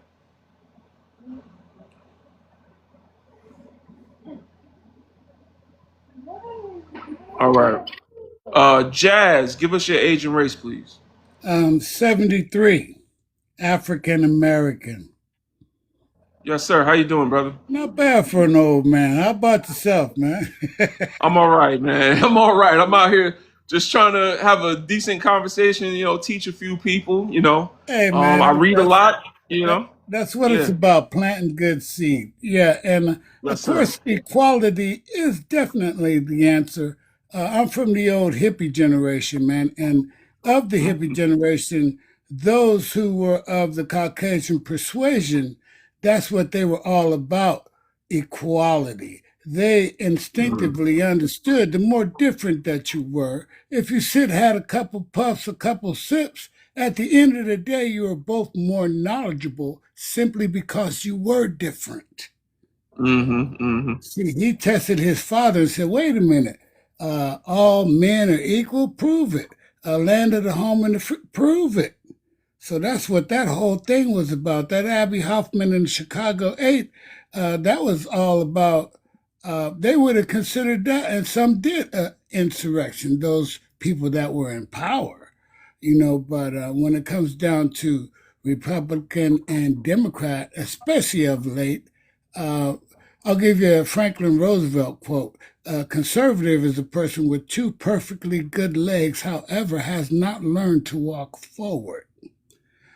See, we mm, have to roll with the punches in mm-hmm, this life here. And me, myself, um, I guess judge may be too strong of a word, but the way I divvy people up, and I don't care if they're striping and have red breath. If you want to know what's on their mind, yeah, you can listen to their words. Hang around long enough, the liars will they won't tell the same story the same way. You see what I'm saying? mm-hmm, But if you want to know what's in a person's heart and soul, watch their actions. mm-hmm. And Yeah, this is I the agree with that. problem. I'm on a street historian thing where I know, and Ali of the two, because I was born in Ohio, and we had Malcolm in the north and Martin in the south, below the Mason Dixon. I personally am not a below the Mason Dixon kind of guy because as Mm-hmm, liberal as I am, I'm gonna say something wrong and it's gonna be a problem. Not that I would have to go to the South to run into prejudice or anything. And this man that's in charge, in my estimation, he has a disease for which there is no cure. The man has diabetes. He's a diabetic. Um, and this is true of all politicians because when it comes time for the election, they'll promise you the world. And after an election, you're lucky if you get a handful of dirt or sand.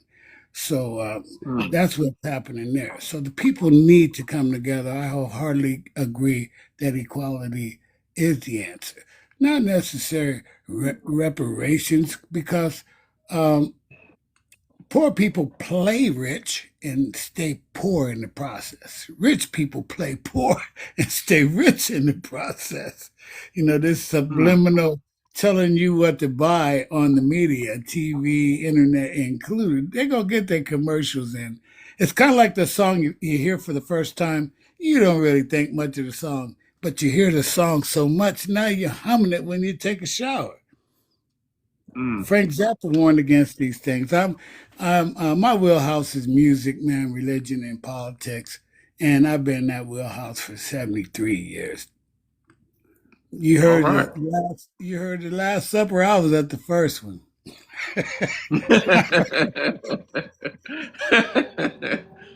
Well, But if I wait, want to one pose more this thing. question because when I posted the question, is equality the answer? I already knew a lot of people would say yeah.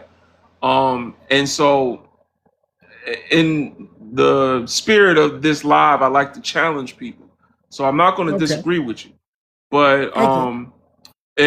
I'm going to challenge this: equal to who? Equal to everyone. Men equal. It's women that have the same job as a man and getting paid less. Hmm. WNBA. See, I had a single mother, so I've seen that side of what women go through, especially compared to. But when you say equal to what, it should be equal pay across the board. See, when Mm. they talk about, oh, they're coming across the southern border and they're taking our jobs. Well, if that person is Frankenstein, how come you're not questioning Dr. Frankenstein, the one that pays and feeds the monster? You see what I'm saying? Hmm. When we talk about So, war, so, when the so my media next talks, question, okay, go I'm ahead. I'm I'm sorry. sorry. I'm Well, my sorry. next question would be for you. Should we be granted this equality in society? Um, as it stands right now, white people, the average white household has 10 times the wealth of the average black household, and the average black household's net worth is predicted to drop to zero by the year 2050. Should we have this equality become part of society? What do you think should be done about the wealth disparity? Because, if everyone gets paid equally, that's great, but there's wealth that these people already have been stockpiling for hundreds of years. What Well, do you indeed, say we do there? they had a serious head start. Out of the Hmm. 250 years that we're talking about this nation, for three-quarters of that time, the three-quarters of the nation's income was that of the Caucasian persuasion male. And, it's Second World War, and blacks were allowed legally to vote before women. Mm.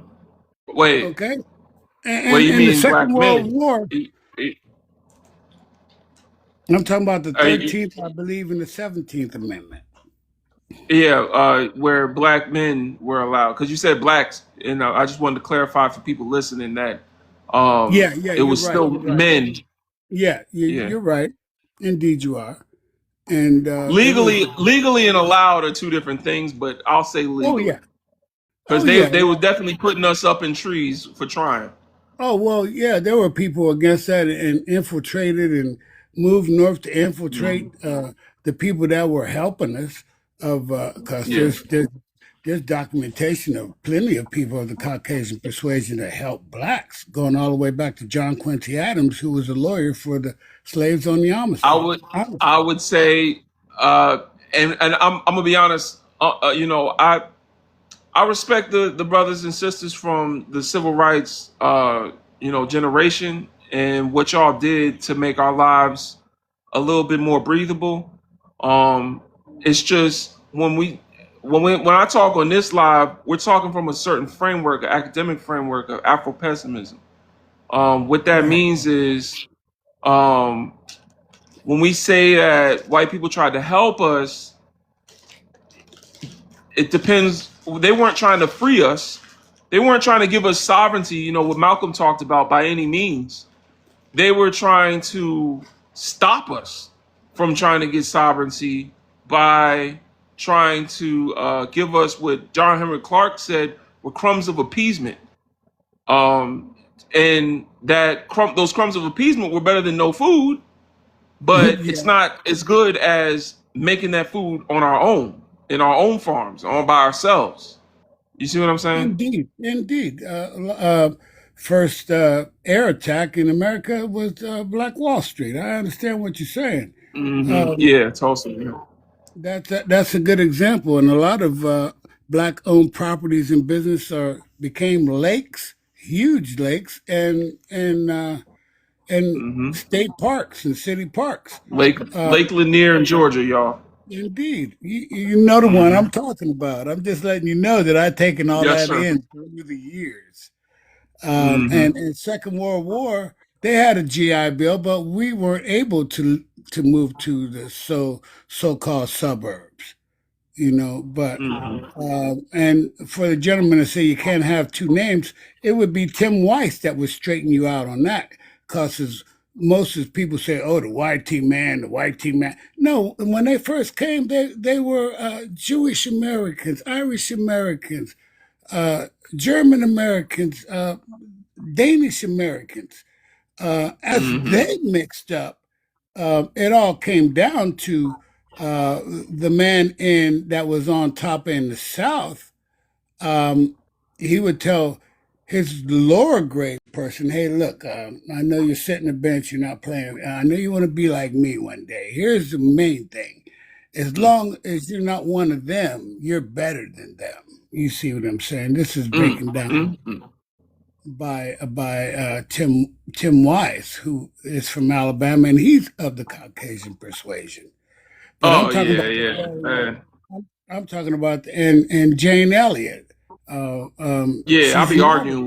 I'll be arguing with Tim Wise on X. We be he, you know, I think he's trying the best he can with what the knowledge that he has. Well, are applauding for You even know. trying. On the flip side of that, like Mr. Reverend R. Sharpton, I'm not a fan of his because he talks about the problem, about the problem, but never the solution. And that's across the board here on Well, TikTok.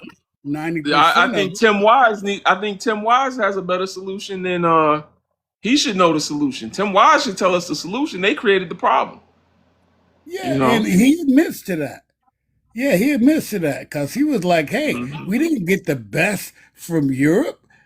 If they were making it good, why would they want to leave?" It started out with crooks Hmm. and people coming out of debtor's prison and so on and so forth. Well, I would say that they wanted to leave because they felt that the people that already lived here were inferior to them, and that they knew that they could kill them and take their land. Oh yeah, indeed, bullets was no match for bow and You arrows. see what I'm saying? So Yeah, bow and arrows was no match like for bullets. yeah, Yeah, but I'm just saying at the end of the day, they had no right to leave. They should have stayed well, there behind in Europe. Yeah, I well, don't care what was going on up there. They should have took that to the king. Why did they come to the Native Americans and unalive millions of them? because they, like I said, they started out cutthroats. They started out derelicts. They started out criminals. You see what I'm And they saying? should And have they should have took that crime right to the throne and did what the French did. but You know.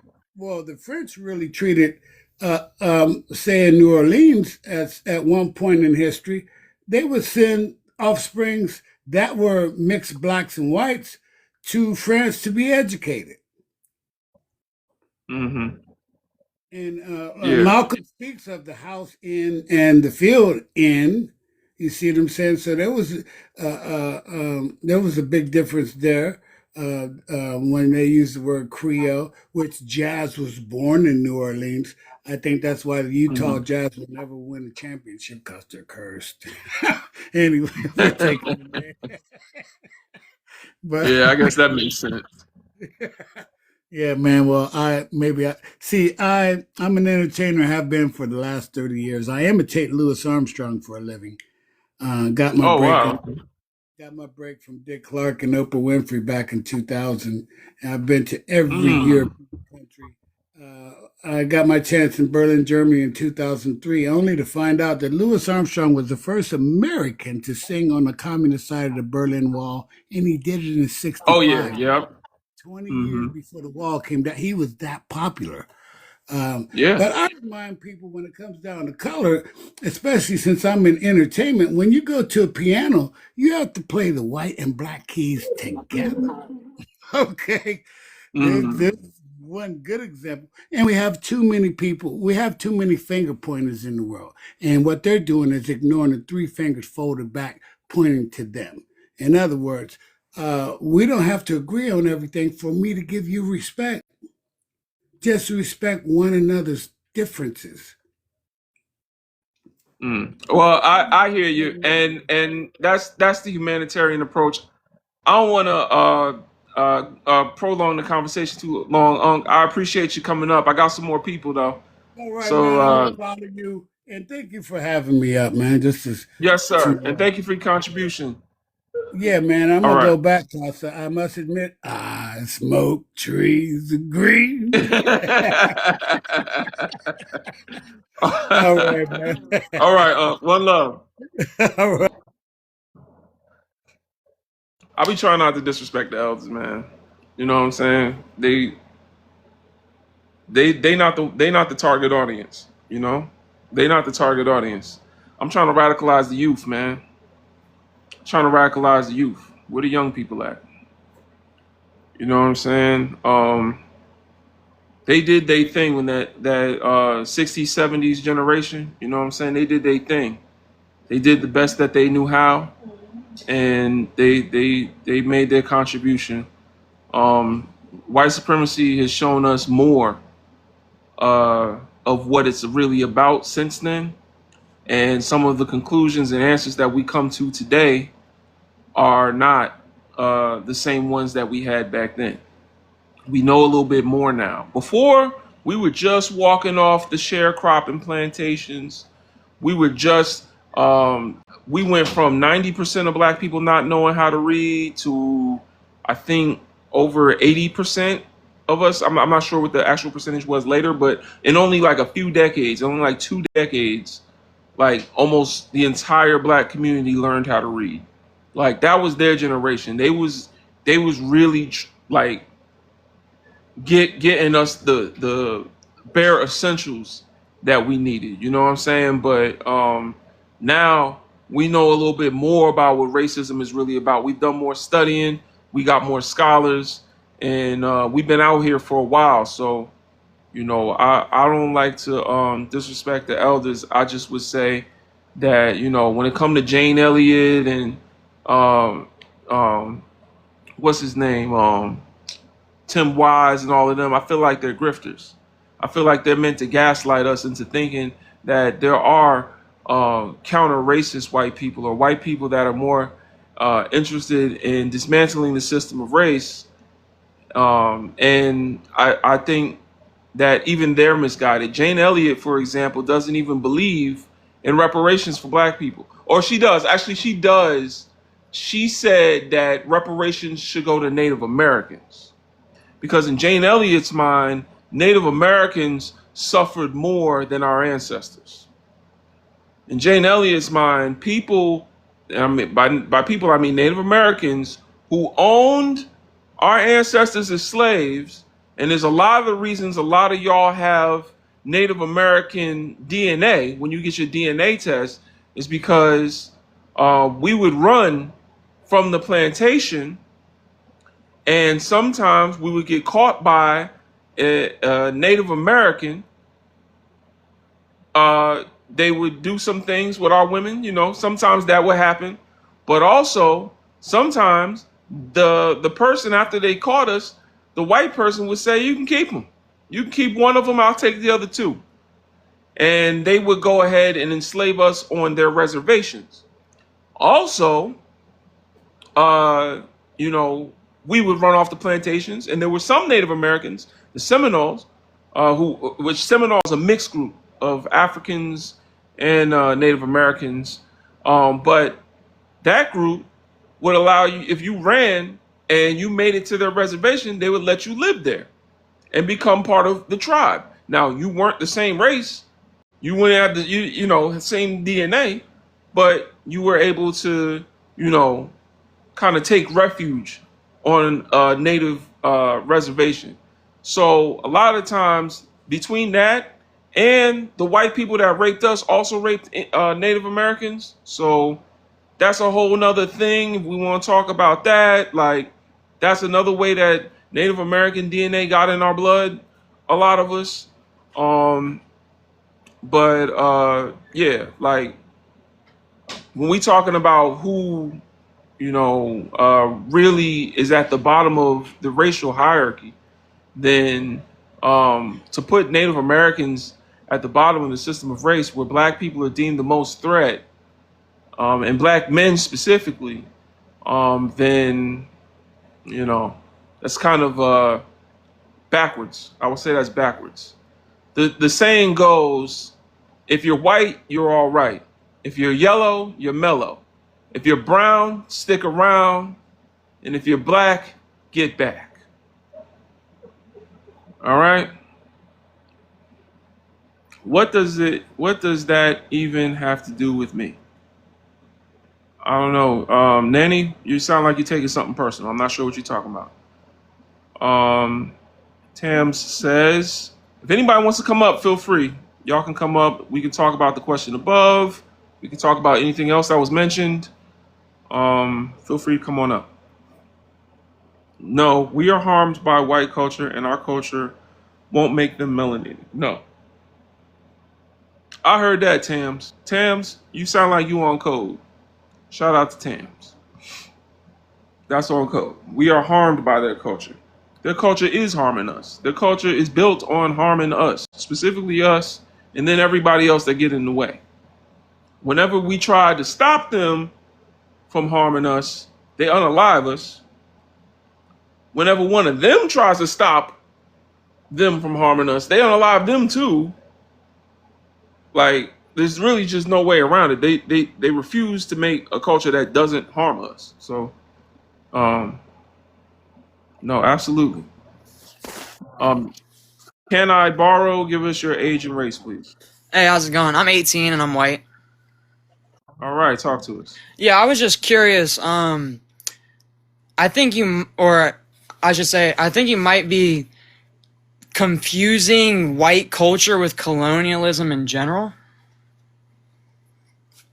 I feel like it applies to everybody. What makes you think that? Nothing in particular, but your language is like super, I wouldn't say biased, but, and rightfully so, very negative towards whites when this was happening everywhere. No, that's good. That's a reasonable statement, but I feel like what is negative? What do you mean? I don't know. I'm saying you're saying white culture is harmful inherently, which I can agree with to a certain extent.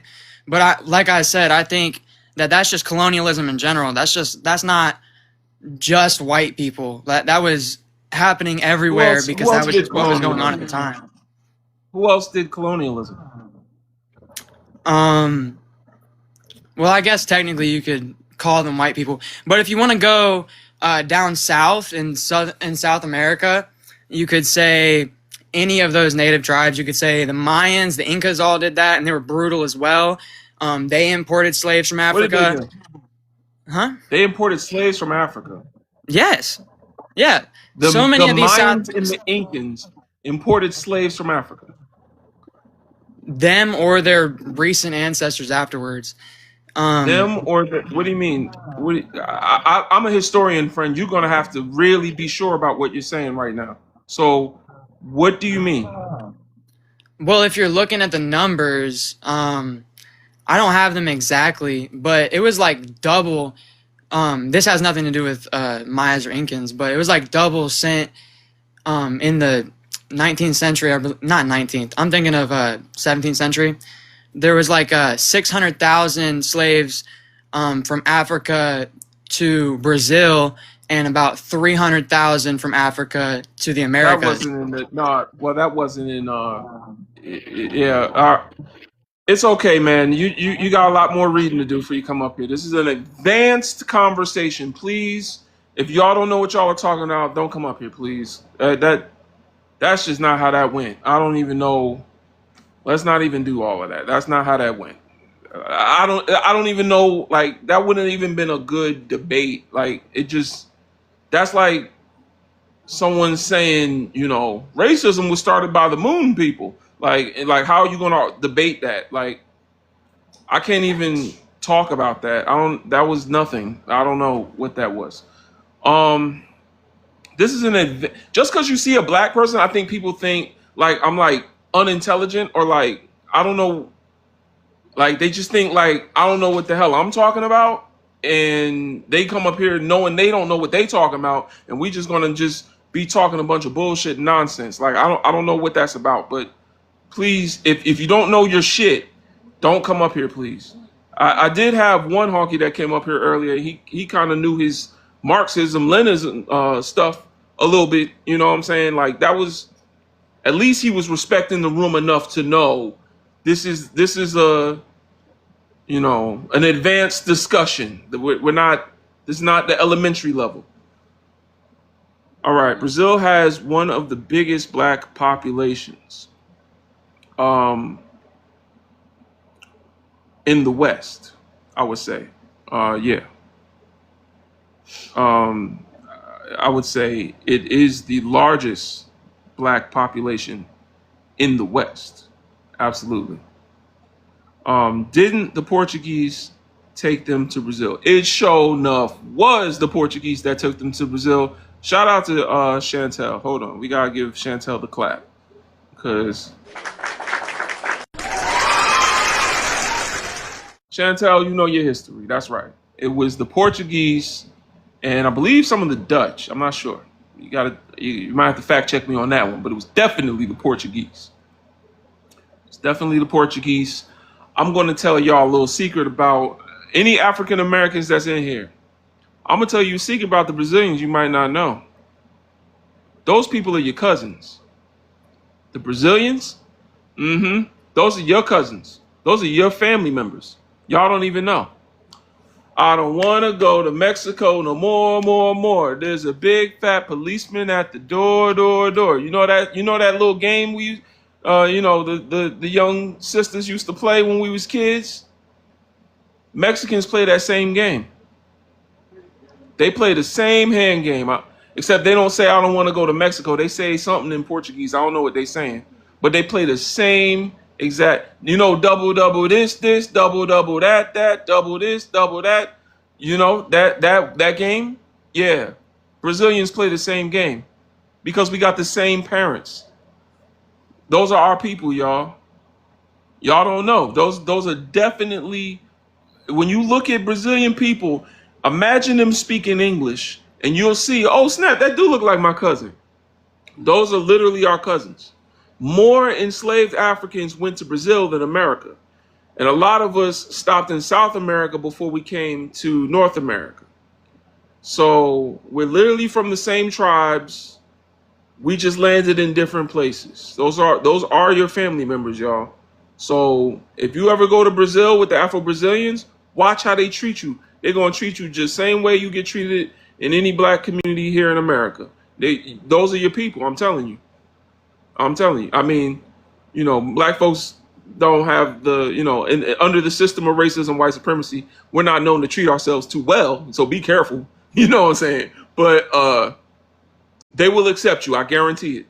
Y'all, we are those, like, we can talk about how the Africans is our people, we come from them and we got, we came from that and we are them, you know what I'm saying? But when it comes to the Brazilians and our experience in the West, like those are really our people. Even the level of admixture and all that stuff, like those are really our people, y'all. I'm trying to tell you. Like if you talk to the Brazilians, those are your cousins. They black and proud. Yeah, Brazil's amazing. Sisters down there be fun. I don't know. The sisters gonna have to let me know if the brothers down there, are acceptable for them. Cause I don't go that way, but I know that the yams is yamming. You know what I'm saying? In Brazil, that's why everybody want that BBL. Everybody want that BBL. They call it the Brazilian butt lift. I think it's the black butt lift. I think everybody that get that want to have what black women have naturally. I think that's what they're looking for. They getting their lips. How many of y'all seen Christy Noam's husband with them balloons under his shirt? How many of y'all seen that? Do y'all know what that's about? Black women, do y'all know what that's about? Do y'all know what Christy Noam's husband is doing under his shirt with the balloons? It's called, I don't even know if I can say this on TikTok, but I'm going to say it anyway. It's called bimbofication. That's what it's called. And it's a fetish where white or mostly, I don't know everybody that do it, but mostly it's a fetish where people have fetishized turning into a black woman. They want to turn. They want to be a black woman. Basically they have a fetish that a man can grow big lips, wide hips, and big, breasts to turn into a black woman, and darker skin as well. That's why Kim Kardashian used to look the way she looked. There's pictures where Kim Kardashian looked like Aaliyah. How a white Armenian woman looked like Aaliyah? She used to have her hair, her skin just as brown as me.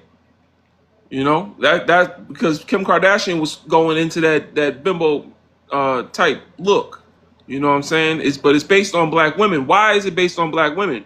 Because in the system of racism, white supremacy, black women are not women. They're seen as merely female prisoners of war and sex objects. That's how our sisters are looked at.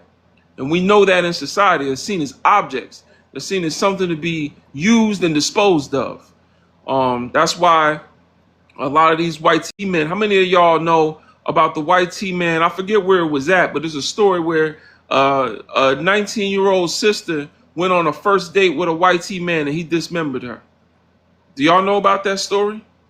It's a 19-year-old sister who went on a first date with a white T man and he dismembered her. Took her body apart. Look it up. Look it up. Crazy. Crazy. Because in the eyes of white men, black women are sex objects, only to be used and disposed of. That's why when some of y'all come up here talking about you want to divest, I look at you crazy. What you mean you talking about divesting?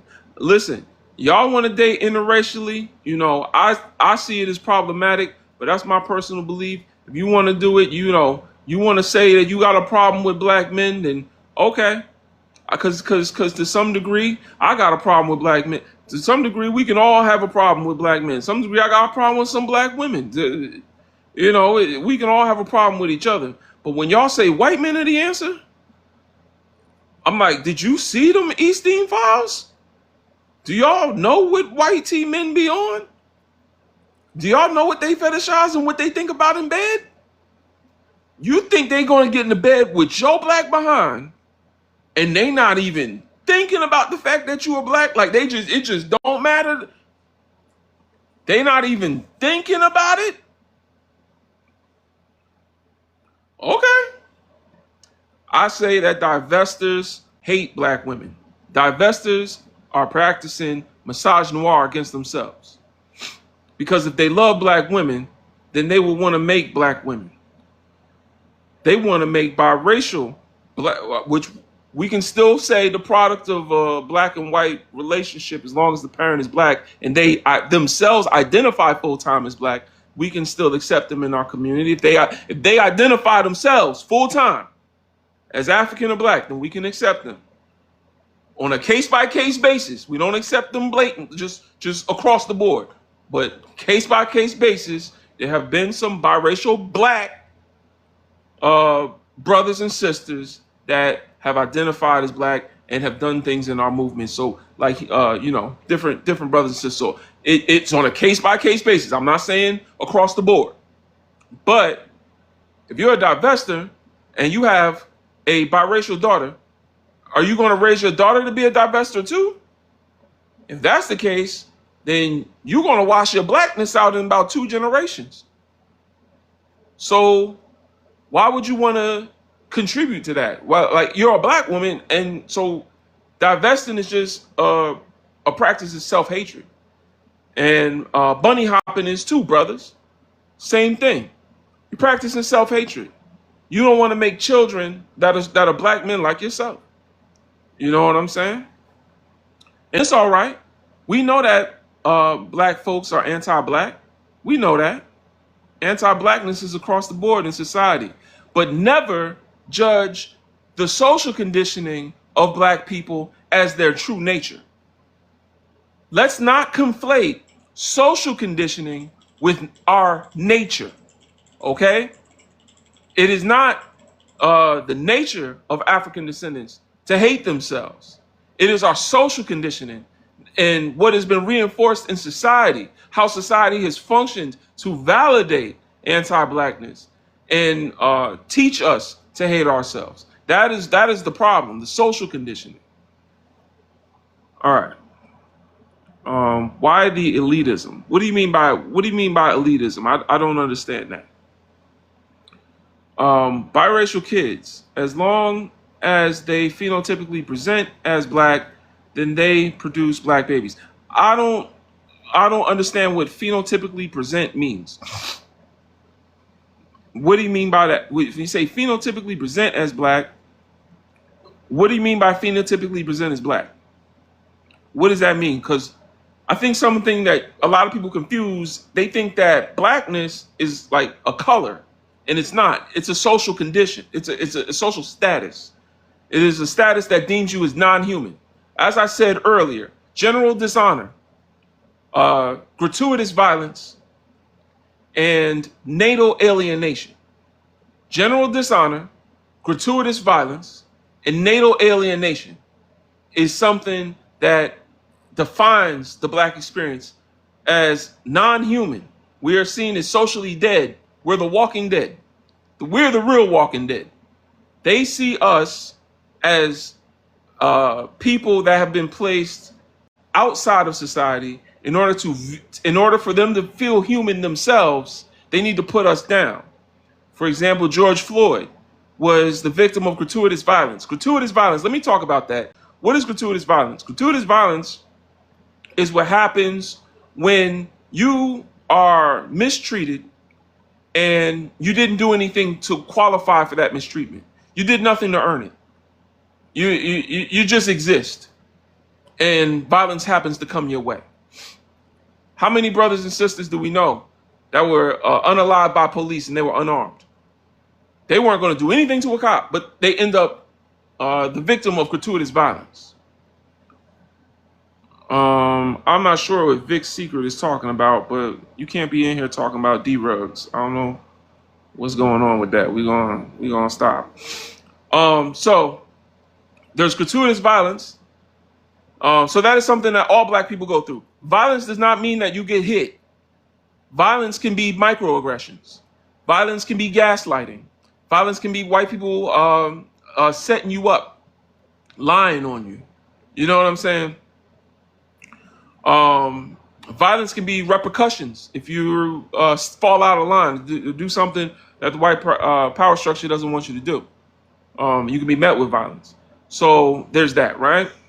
Then there's natal alienation. That is another thing that across the board, across the world, black people suffer from. Natal alienation is where they take your identity. They remove you from your identity.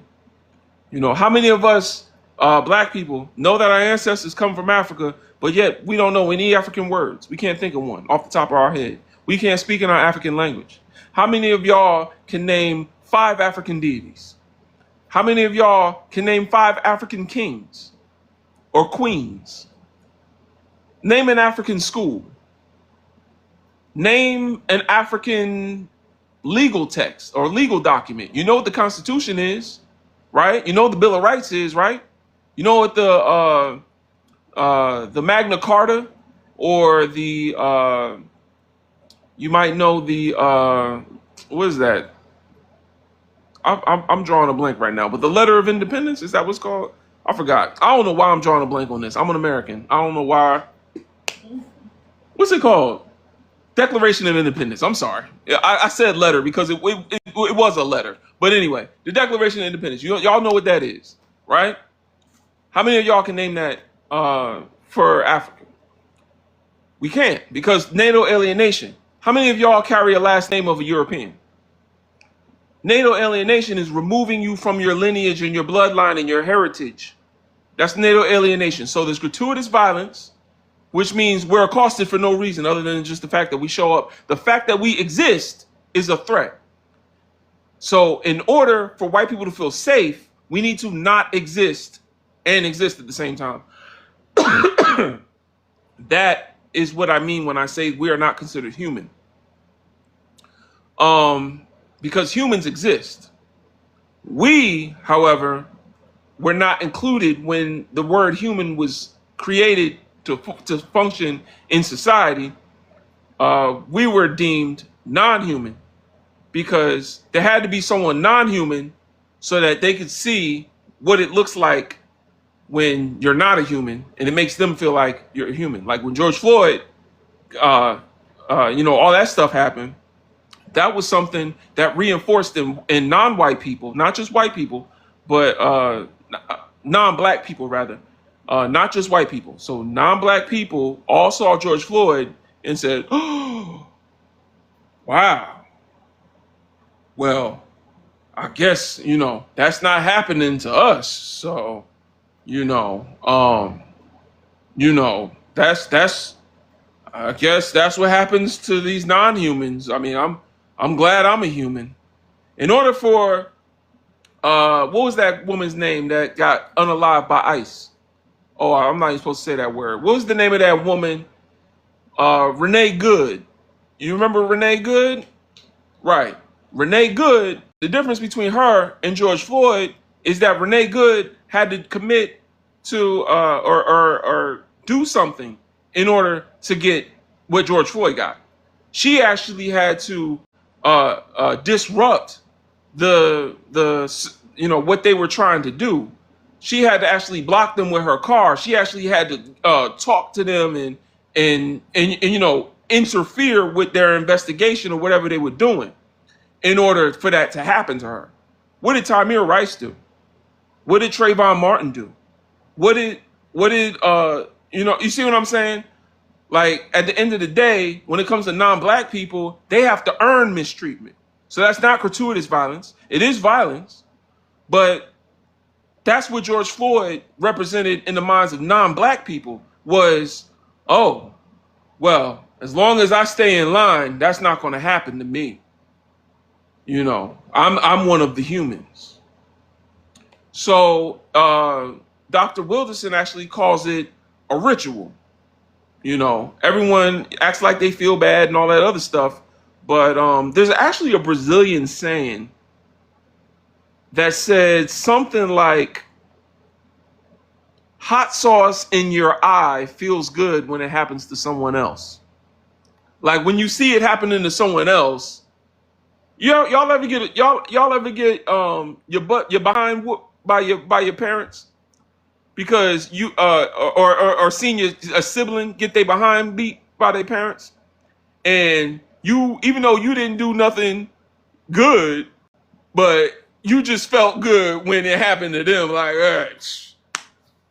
that's going on with you. They ain't got nothing to do with me. I'm good. I'm a good boy. I'm a good girl. All right. You know what I'm saying? That's how non-black people feel when they see what happened to all of our people with the police. That's how they feel. They look at that and they like, whoo, couldn't be me. I'm gonna make sure I stay in line, and that's the function, right? That's how the white supremacists want them to think. They want them to say, well, that's not going to happen to me if I just continue to do the bidding of the white supremacists. I'm good if I keep this up. All right, so we went over gratuitous violence, natal alienation, and the last one is, I forgot now. Gratuitous violence, natal alienation. What was the last one, y'all? Oh, general dishonor. General dishonor. I talked about this on my last live or live before last. I'm not sure.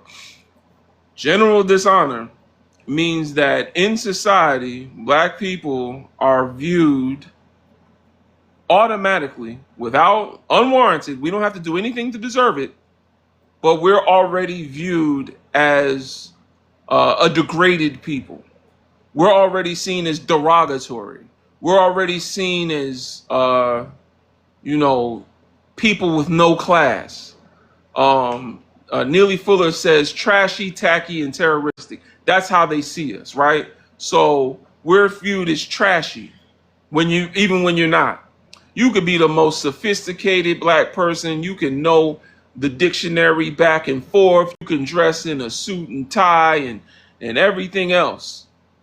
And, you can go to an event like Kamala Harris, where she had a rally, right? It was a rally, right? She's running to be president of the United States. leader of the free world. And she had Meg Thee Stallion get up there and shake her behind in front of that audience. Why would she have a black woman twerking her butt cheeks in front of an event where she's trying to be the leader of the free fucking world? Do y'all understand how prestigious and sophisticated you need to be? Like, that's a prestigious position. Do you know how refined and classy, they try to, show the White House as, right? Because it's a serious position. You're in control of millions, if not billions of lives, right? Why would they have a black woman get up there and you can see her cheeks and she going at it? Because in the eye, like I said earlier about bimboification, in the eyes of the racists and in the eyes of the system, in the eyes of civil society, black women are already seen as booty shaking hoes.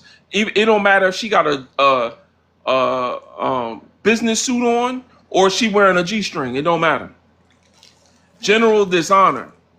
You know what I'm saying? Me as a black man, I'm seen in general dishonor because of my locks. I can't wear my locks in courtrooms. It's illegal for me to wear my locks in courtrooms. Black women too, but it's illegal for me to wear my locks in courtrooms, right? Because we're automatically, just by existing, seen as dishonorable. So that is the three things that all black people have in common: general dishonor, natal alienation, and gratuitous violence. I don't care where you go in the world. These three things are mandatory in every civil society. Every civil society has them. Every civil society, whether it's white or non-white, but even in black societies, there's anti-blackness. Shoot, Will Smith getting up and smacking Chris Rock. You know what I'm saying? Like, bro, this is supposed to be prestigious. What in your mind made you think you could get up and smack this black man at this prestigious event? Well, in Will Smith's mind, there's no way Chris Rock is prestigious. I bet you he wouldn't get up and smack George Clooney. I bet you he wouldn't get up and smack Will Ferrell or Will Ferrell, however you pronounce his name, whatever his name is. I bet you he wouldn't get up and smack Jim Carrey. Because even in the minds of black people, we see each other with general dishonor. So when we're talking about this, y'all, this is Afro-Pessimism by Dr. Wilderson. I encourage more black people to look into it, learn from it, and understand our condition and our status in civil society. You've seen this trash around the world because media propaganda. That's not true. Media propaganda helps, but that's not true. We were seeing as that before media. Media propaganda didn't get started until the mid 20th century, early to mid 20. I would say the early 20th century.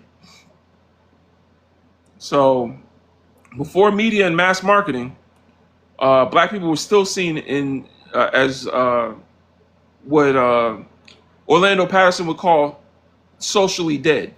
And Huey Newton actually wrote about this too, but in a bit of a different context. Maybe she is a part of the agenda. Oh, she's definitely a part of the agenda if she was on stage. If you're talking about Meg Thee Stallion, she was definitely part of the agenda. She did. Oh, Kamala Harris is part of the agenda too.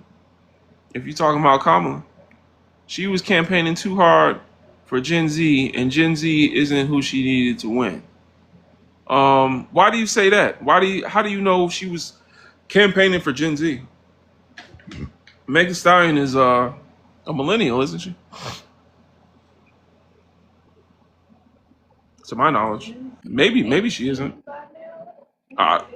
Yeah, Gen Z is 18.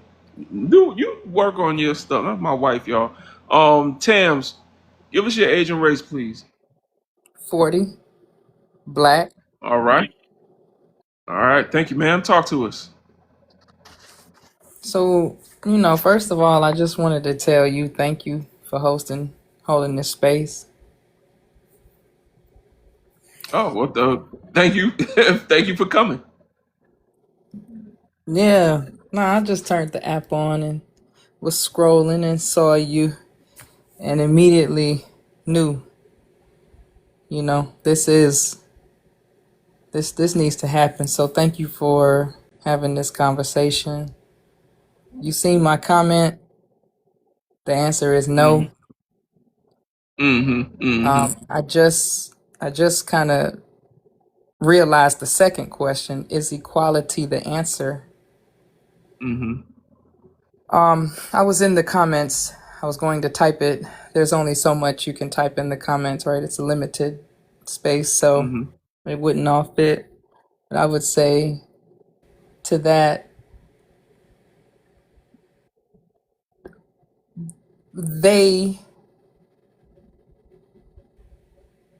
created or came up with this belief or this make believe, this idea, this concept, this word equality.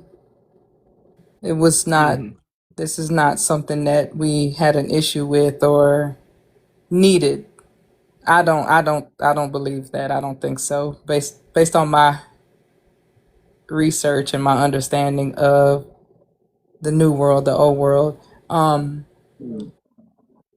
So to me, the fact that that's something that they came up with, it just proves that they understand that they are not equal to us. The trick is that whenever I've realized studying them that whenever they discover a truth about us that gives us, I guess, for lack of better words, an advantage, right? Or the truth says that you're better at this, they tend to spin the story or then spin the lie and do things and say things to make you believe that you're not better at that, you're not doing that better. What they're doing is better, and you need to, you know, and so therefore, trying to make people believe that we're not equal to them, which is all a lie. This word equality, this language, this English language, I've studied several languages too, the etymology of English and words and things like that. And this language is ridden with is full of words that just are specifically designed to maintain and uphold these beliefs. You know what I mean? These false Mm-hmm. ideologies, these false beliefs, these systems, these actions, these behaviors. And equality is just another one of those words. It's Yeah. useless for indigenous people. The fuck, Mm-hmm. like get the fuck out of here. Why? Who? What are we trying to be? We don't. We're There's no need. There's no point. There's no. It's there's it. Nothing necessitates equality. The sun doesn't try to be equal to the moon. The ocean ain't trying to be equal to the land. The bird eagle ain't trying to be equal to the red robin. The shark ain't trying to be. Everybody's doing them. Everything is doing them. Everything that is living, organic to this planet, or functional, the living things, the entities on this planet and surrounding the planet and in the planet, do what they're intended to do what they were designed and created to do. And Mm-hmm. so it is them that don't belong here, the mutation, the defects, the deficients, the spawns of the devil. And when I say devil, I don't mean a thing or a entity. I mean a spirit, a mindset, a genetic Mm-hmm. you know, a biological I know what you and mean by the chemical devil. Malcolm called him the blue-eyed devil. I know exactly chemical what you mean. function that causes you to think and feel and operate in the way that in that they do, which is vile and heinous. Hmm. And so, is equality the answer? No. Nothing that they've ever thought of and came up with and believe and push is the answer. Will not ever, has not ever, will not ever work for us. It is not for us. Nothing that there isn't anything that a white person can come up with or think of that a nigga need, that a Negro need, that a niggas need, that a God, goddess, queen, king, brother, sister, black folk need. Period. We don't Hmm. need you. We don't Hmm. want you. Ashe. That was well Um, said. so thank you. Thank you for letting me come up. My first time speaking to you. I've seen you around, by the way. Have you? Oh, okay. I Yeah, I'll have. be around. I'll be around. I'll be around. I'll be on little podcast every now and then. When I got time. Right now, me and my wife got some personal projects we working on. So I just been Yeah. kind of in and out. And I'm not one of those TikTokers that get so much validation from the internet that I'm gonna just try to make a video every day to try to like. I'm not. But I'll be on Mm, Twitter a lot because it takes up less of my time. I just type something, let people know what's going on. But yeah, I'll okay. be around. Yes, ma'am. Well, thank Yeah. you for coming up, sister. Thank you for Ashe. having me. All Thank right. you. One love. All right. Shout out to sis. I think that was as close as we got to somebody telling the truth today. I think that was good. She really honed in on that second question. Um, sometimes I'll ask a question that's designed to make you question the definition of a word. So this second question is really saying, what the hell is equality? And what does it mean? What is what is equality, y'all? Equal to who? I'm a black man. I ain't never heard somebody marching up and down the street talking about we want to be equal to black men. We want what black men have. We want to be police brutalized and mass incarcerated like black men. Yeah, I've always grew up and black men got so much privilege. I wanted to be like them. You know what I'm saying? But black men are getting treated better than us. I never. Why hasn't anyone protested and said that black men are running society and they got all the power and we want the black man's power? Like, you know what I'm saying? You don't see that. Nobody's saying I want to be like black women. I want high maternal mortality rates. I want to be most likely to end up in poverty in a single motherhood, single parenthood. You know what I'm saying? Fatherless homes, raising children by myself. Nobody want to be equal to black people. They don't want to be equal to us. So when we say equality, equal to who? Who are we talking about? Who are we equal to? Do y'all want to be equal to white people? Black people? My question to you. Is that why y'all go out and march? Do y'all want to be equal to white people? Y'all want what they have? Y'all want to be equal to the mass murderers? Y'all want to be equal to the colonizers? To the kidnappers and enslavers of your ancestors? Y'all want to be equal to them? Is that what equal means? I don't know what equality even means. Now, if we look at it like just everyone is allowed to do the same thing that everyone else is allowed to do. Okay, cool.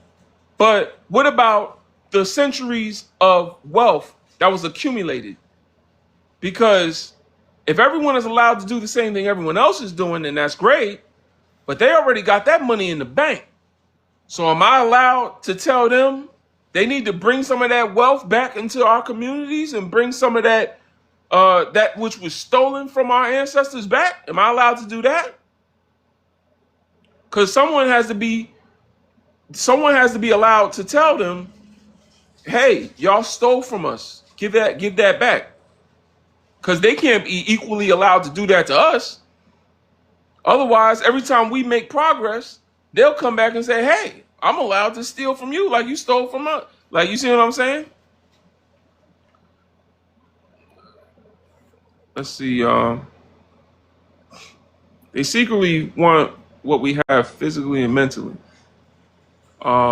That's possible. I mean, I haven't heard them say that. I've heard a lot of black people say that. I've heard a lot of black people say that. But I've never heard a white person say, you know what, man, secretly, I physically and mentally want to be one of you guys. You know what I'm saying? I never heard them say that. Equality is a word used to make you believe that you need what they have. There you go. You see what I'm saying? Yeah, that's spot on, Tams. Tams, what books have you been reading? Because you sound like somebody that might have been reading some stuff, or you might be an intuitive. You know, there's intuitives out there that be on point, but I'll be nervous about you intuitives.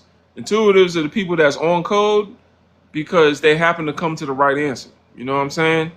Some of y'all, you know, I love y'all, but we got to back up what we're saying by what we're reading. Otherwise, when there is a part where your intuition didn't like align with truth, then it's going to really test you. It's like, all right, well, for this part of racism, white supremacy, you might need to read. Like, some of us understand racism, white supremacy when it comes to economics, education, entertainment, labor, law, politics, religion. But when it gets to sex, we don't understand. When it gets to war, we're not too clear. But we think we got our answers based on everything else. And racism is counterintuitive. I'm gonna tell you that right now. It's very counterintuitive. What y'all think the answer is not usually the answer because of white supremacy. I got some questions in the comments. What do you think about race? I think it's racist. How could reparations be paid today? Paid. What do you mean by paid? Are you only talking about wealth? Because reparations, as far as payment, is what I hear black people, a lot of black people say they do not want. You're not going to be able to buy us off, white people. It's really not going to be that simple. We're talking about, when I talk about reparations, and from what I've read from the scholars, we're talking about a fundamental breakdown of society. Like, we all start over type shit. Like, not a check in the bank so we can keep the system running. We're talking about society and civilization as you know it coming to an end, a pause in the labor force, a pause in the banking system, a pause in your everyday routines. Everything comes to a pause until we figure out how to repair the damage that has been done and possibly rebuild the world in a way that is not anti-black. So just because something can't be imagined doesn't mean it shouldn't be done. They want our rhythm and not our blues. I know that's right, Melanin Drip. Shout out to Melanin Drip. That's right. I heard that. I be in the intuitive department. I need some books. Yeah, I hear you. I hear you. I was in the intuitive department.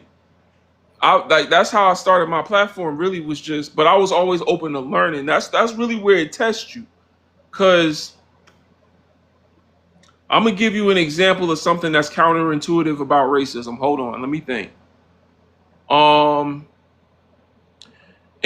relationships. How can a white person that's racist be in an interracial relationship with a black person? How can they be racist? He's married to a black woman. He can't be racist. His children are black. What are you talking about? An intuitive might look at that and say, yeah, I guess you're right. I mean, You know, he cares about black women. Obviously, he's got a black woman, and his son is a black man. So, you know, and what if he wears a daishiki? What if the Urugu man wears a daishiki? You know, and he wears a onk chain like me. You know what I'm saying? And he talking that talk like Tim Wise. You know what I'm saying? Oh well, yeah, he must not be racist because no, he is still racist because that white man is confusing that black family into believing that people that pose a danger to them are not dangerous. His role, he's taking on his feminine energy because that is the white woman's real role in racism, white supremacy is to confuse us all.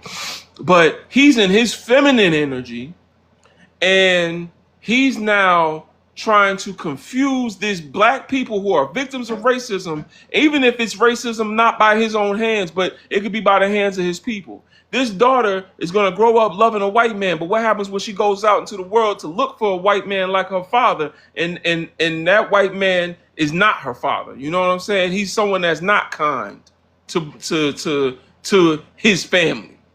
Because just because a white man is kind to his quote unquote black family does not mean that he's kind to black people at work.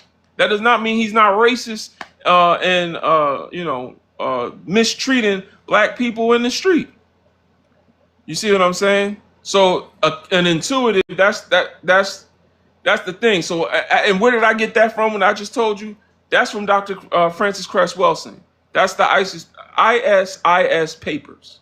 Look up, it's called the ISIS papers. I believe it's called, the subtext is Keys to the Colors. Or just look up Dr. Welsing, Welsing, Sing. Welsing. Just look her up on YouTube, find her lectures. You're going to have a blast. Go ahead and listen to her. Enlighten your mind, my brother, my sister. Oh my goodness. This woman was a clinical psychologist and a professor at Howard University before them small hat people got her kicked out. But she wrote an essay for other psychologists so that they would understand how to treat victims of racism, white supremacy.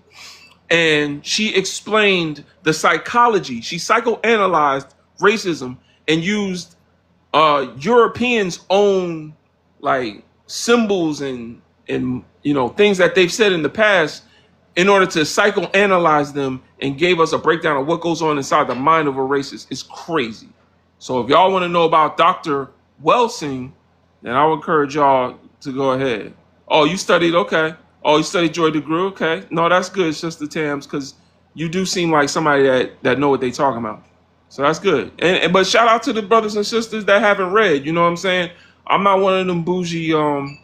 We need non-academic black scholars as well. If every black scholar was an academic, then, and I'm not, just because you read a book don't make you academic, by the way. But I'm just saying, if every black scholar was an academic, then we wouldn't be sure if they're telling us the truth. You see what I'm saying? Because in order for an academic to continue to be an academic and not lose their doctorate, they need to do what that institution where they got that doctorate from tells them is acceptable, right? So if all of black scholars were academics, I would be nervous. I would be nervous. We need non-academic black scholars like myself. There's other brothers and sisters out here. We just regular folks that are committed to the truth, committed to learning. And I work with academic black scholars like Dr. Gilmore, who's the head of the Clay Gilmore Institute. I work with different. I've worked with a few brothers and sisters that are PhDs, but for the most part, they've just been teaching me, man. I'm telling you, like there's a lot of brothers and sisters that will give you the information if you're just open to asking. And I'm not even talking about their opinions. I'm talking about data, like data. Can we talk about the statistics? Can we talk about the data? Hold on. Iggy is trying to ask us a question. We going, oh, you can't come up here, Iggy. I don't know, because I just says genuine question. Thank you. Hold on. Giving out. Um, Iggy, I'll tell you this. I don't know if you're still here or not, because basically there's a frosted female in the comments that wants to ask us how can they go about giving out reparations. And my answer to that, Iggy, is when y'all wanted to stop the ozone layer from being deteriorated, did you ask the cars how to stop putting out CO2 emissions? Or did you make electric cars and make solar panels? Did y'all have to ask the whales how to stop unaliving whales to get oil from them and save the whales when back in the 70s? Did you have to ask the trees? I know y'all hug the trees, but did you have to ask them what to do to stop chopping down the rainforest? You know what I'm saying? Like, do y'all have to go ask Antarctica how to stop it from shrinking? Then why would you ask a black person how to stop y'all from being racist and how y'all can fix the problem that y'all started? You just see what I'm saying? Do you when you save dogs from animal abuse, do you talk to the dogs and ask them what can you do to stop humans from abusing the dog? No, y'all figure it out. Y'all are great at figuring out. There's people swirling around the moon right now because y'all know how to figure shit out. Figure it out. That's what I'll say. That's what I would say. Y'all figure everything else out. Y'all done figured out the mysteries of the universe, but y'all can't figure out how to stop racism, white supremacy. That's crazy. That's nasty work. Yes, it is Welsing, Dr. Welsing. Iggy, if you are white, I can't tell. It looked like you are, but if you are going to have a hard time reading that book. So feel free, but just know you might have a sadomasochistic side. But shoot, go ahead. I don't see the point in you reading that book. I think you need to read more books like what are books that white people should read? I don't think y'all need to read any damn books. I think y'all need to start doing shit. Trust do it like you do white supremacy. Just throw shit at the wall and see what stick. Yeah, like we haven't seen y'all really give an effort to stopping racism and white supremacy. We just see a lot of talking and co-opting black nationalist movements and standing in front of us and painting our black power fists a rainbow color and calling it something and calling the movement, pride. Taking the black power fist and coloring it pink and saying it's feminism. And y'all just take our like we haven't seen y'all actually attempt anything, to be honest.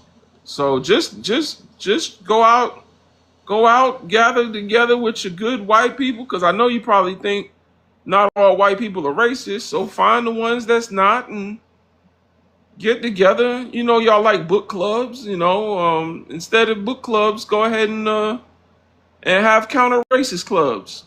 You know what I'm saying? Y'all could figure out how to annihilate a classroom full of children, and you know what I'm saying? Y'all could figure that out. Y'all could figure out how to unalive 50 people at a Las Vegas hotel. Y'all could figure out how to do neo-colonialism all around the world. Y'all could figure out how to be a PDF file and make it to the top rungs of society. Y'all are great at figuring shit out. Use the scientific method. Try that.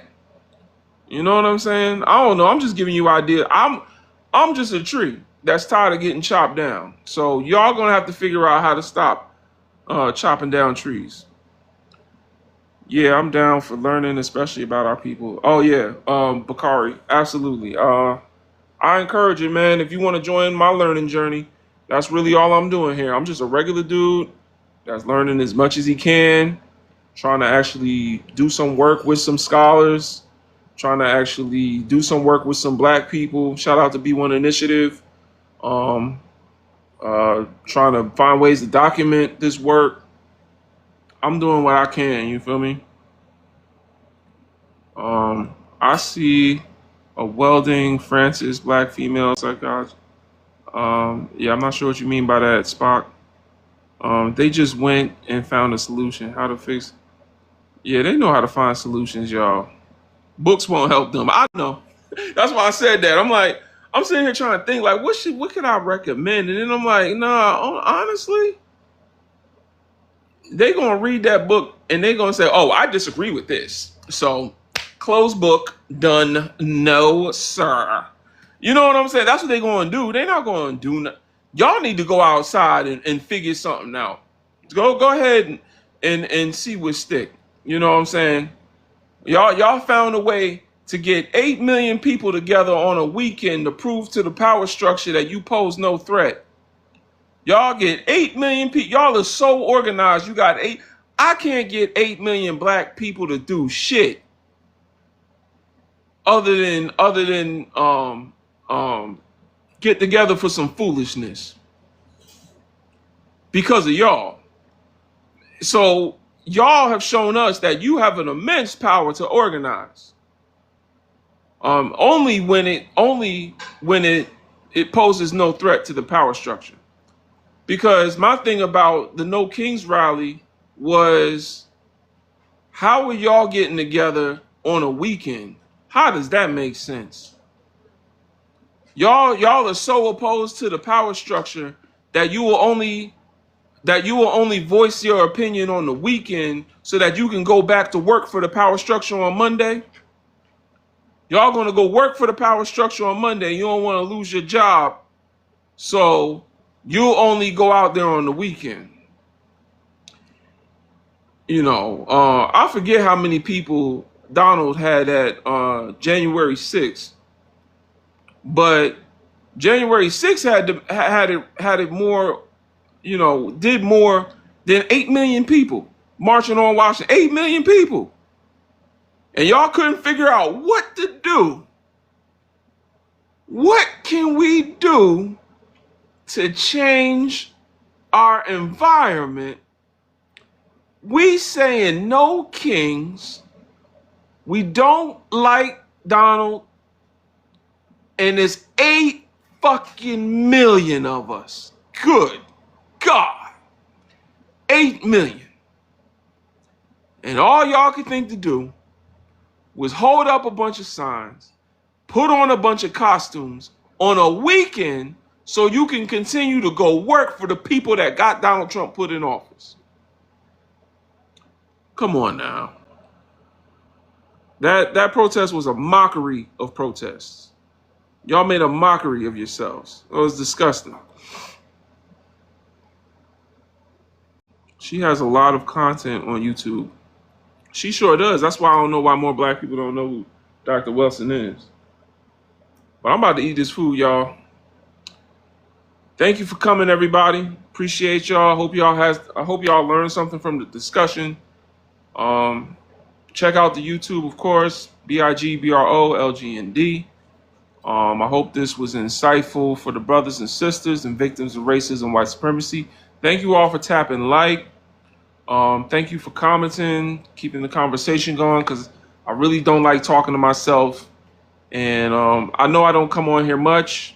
I'm looking to change that, but again, my schedule just doesn't allow it right now. So you'll catch me on here sporadically. Once I close the live, there's going to be a notification bell. You can click there, and you'll be notified of when I go live. So I'm just looking forward to having an actual weekly schedule again. It's been a long time since I've had one. But in the meantime, if you want to talk about things some more, you have any questions, you can feel free to send me a tweet, honestly, because I don't check DMs. It's a lot of honkies in my DM that just want to find inventive ways to use the N-word, and I'm good on that. So if y'all want to talk to me for real, go on X, go on Twitter, and send me a tweet. Talk to me there. Um, and no arguing, please. I don't argue with people because the scholar Dr. John Henrik Clarke, um, y'all don't know who Arturo Schomburg is, but basically Arturo Schomburg was the first black man to really document uh, the history of African descendants, and what was going on in Africa before we became enslaved people. And Arturo Schomburg had a mentee, someone that was under him, named Dr. John Henrik Clarke. Dr. John Henrik Clarke was also one of the people that was a mentor to Malcolm X, and he taught history. He was also famous for the Afrocentrism movement in the 80s and 90s. You know how a lot of black artists in the 90s, that was all pro-black and all that other stuff. They had like the African, vibe kind of going on and all that. Was that X-Clan? Queen Latifah when she first came out. All of that was because of Dr. Clarke and Joseph Ben Yakinen and Ivan Van Sertima and John G. Jackson and the Afrocentrist movement. But anyway, I forgot why I even brought all that up. I just like teaching y'all. But oh yeah, he has a quote. Dr. Clarke has a quote that says, "I only debate my equals. All others I teach." So that's me all day. I will teach y'all. I will learn from y'all as well. Because I'm sorry, he's not a doctor, but Neely Fuller Jr. said, I am learning. Like, that is it. Like, all the time. 24/7. I'm learning. I'm learning from our conversation. I'm learning from teaching. I'm learning all the time. So that being the case, absolutely. I'm here to learn, but I'm definitely not about to argue with nobody. I don't like conflict. I don't even do that. So yeah, let's learn together. Thank you. Thank you, Tams. Thank you again, sister, for coming. And yeah, I'll talk to y'all soon. Free Haiti, free Jamaica, free the brothers and sisters in Congo, Sudan, Zimbabwe, Mauritania, South Africa, brothers and sisters in Nigeria, Ghana, Uganda, Niger, Mali, Burkina Faso. Free the people in Brazil, the brothers and sisters in Brazil. Free the brothers and sisters in Guyana. Free the brothers and sisters in the Virgin Islands. Free the brothers and sisters in Panama, in New York, Los Angeles, Mississippi, Alabama, Memphis. Brothers and sisters in North Carolina, South Carolina, Georgia. Free the brothers and sisters in New Jersey, New York, Connecticut, Ohio, Detroit, the brothers and sisters in Montana. If there is brothers and sisters in Montana, I think. But Canada, the UK, East Europe, Asia, free all our people, free the people, free the land. I'll catch y'all next time. My name is Brother Legend. I'm here to raise your consciousness. Peace out, y'all. One love. Black power.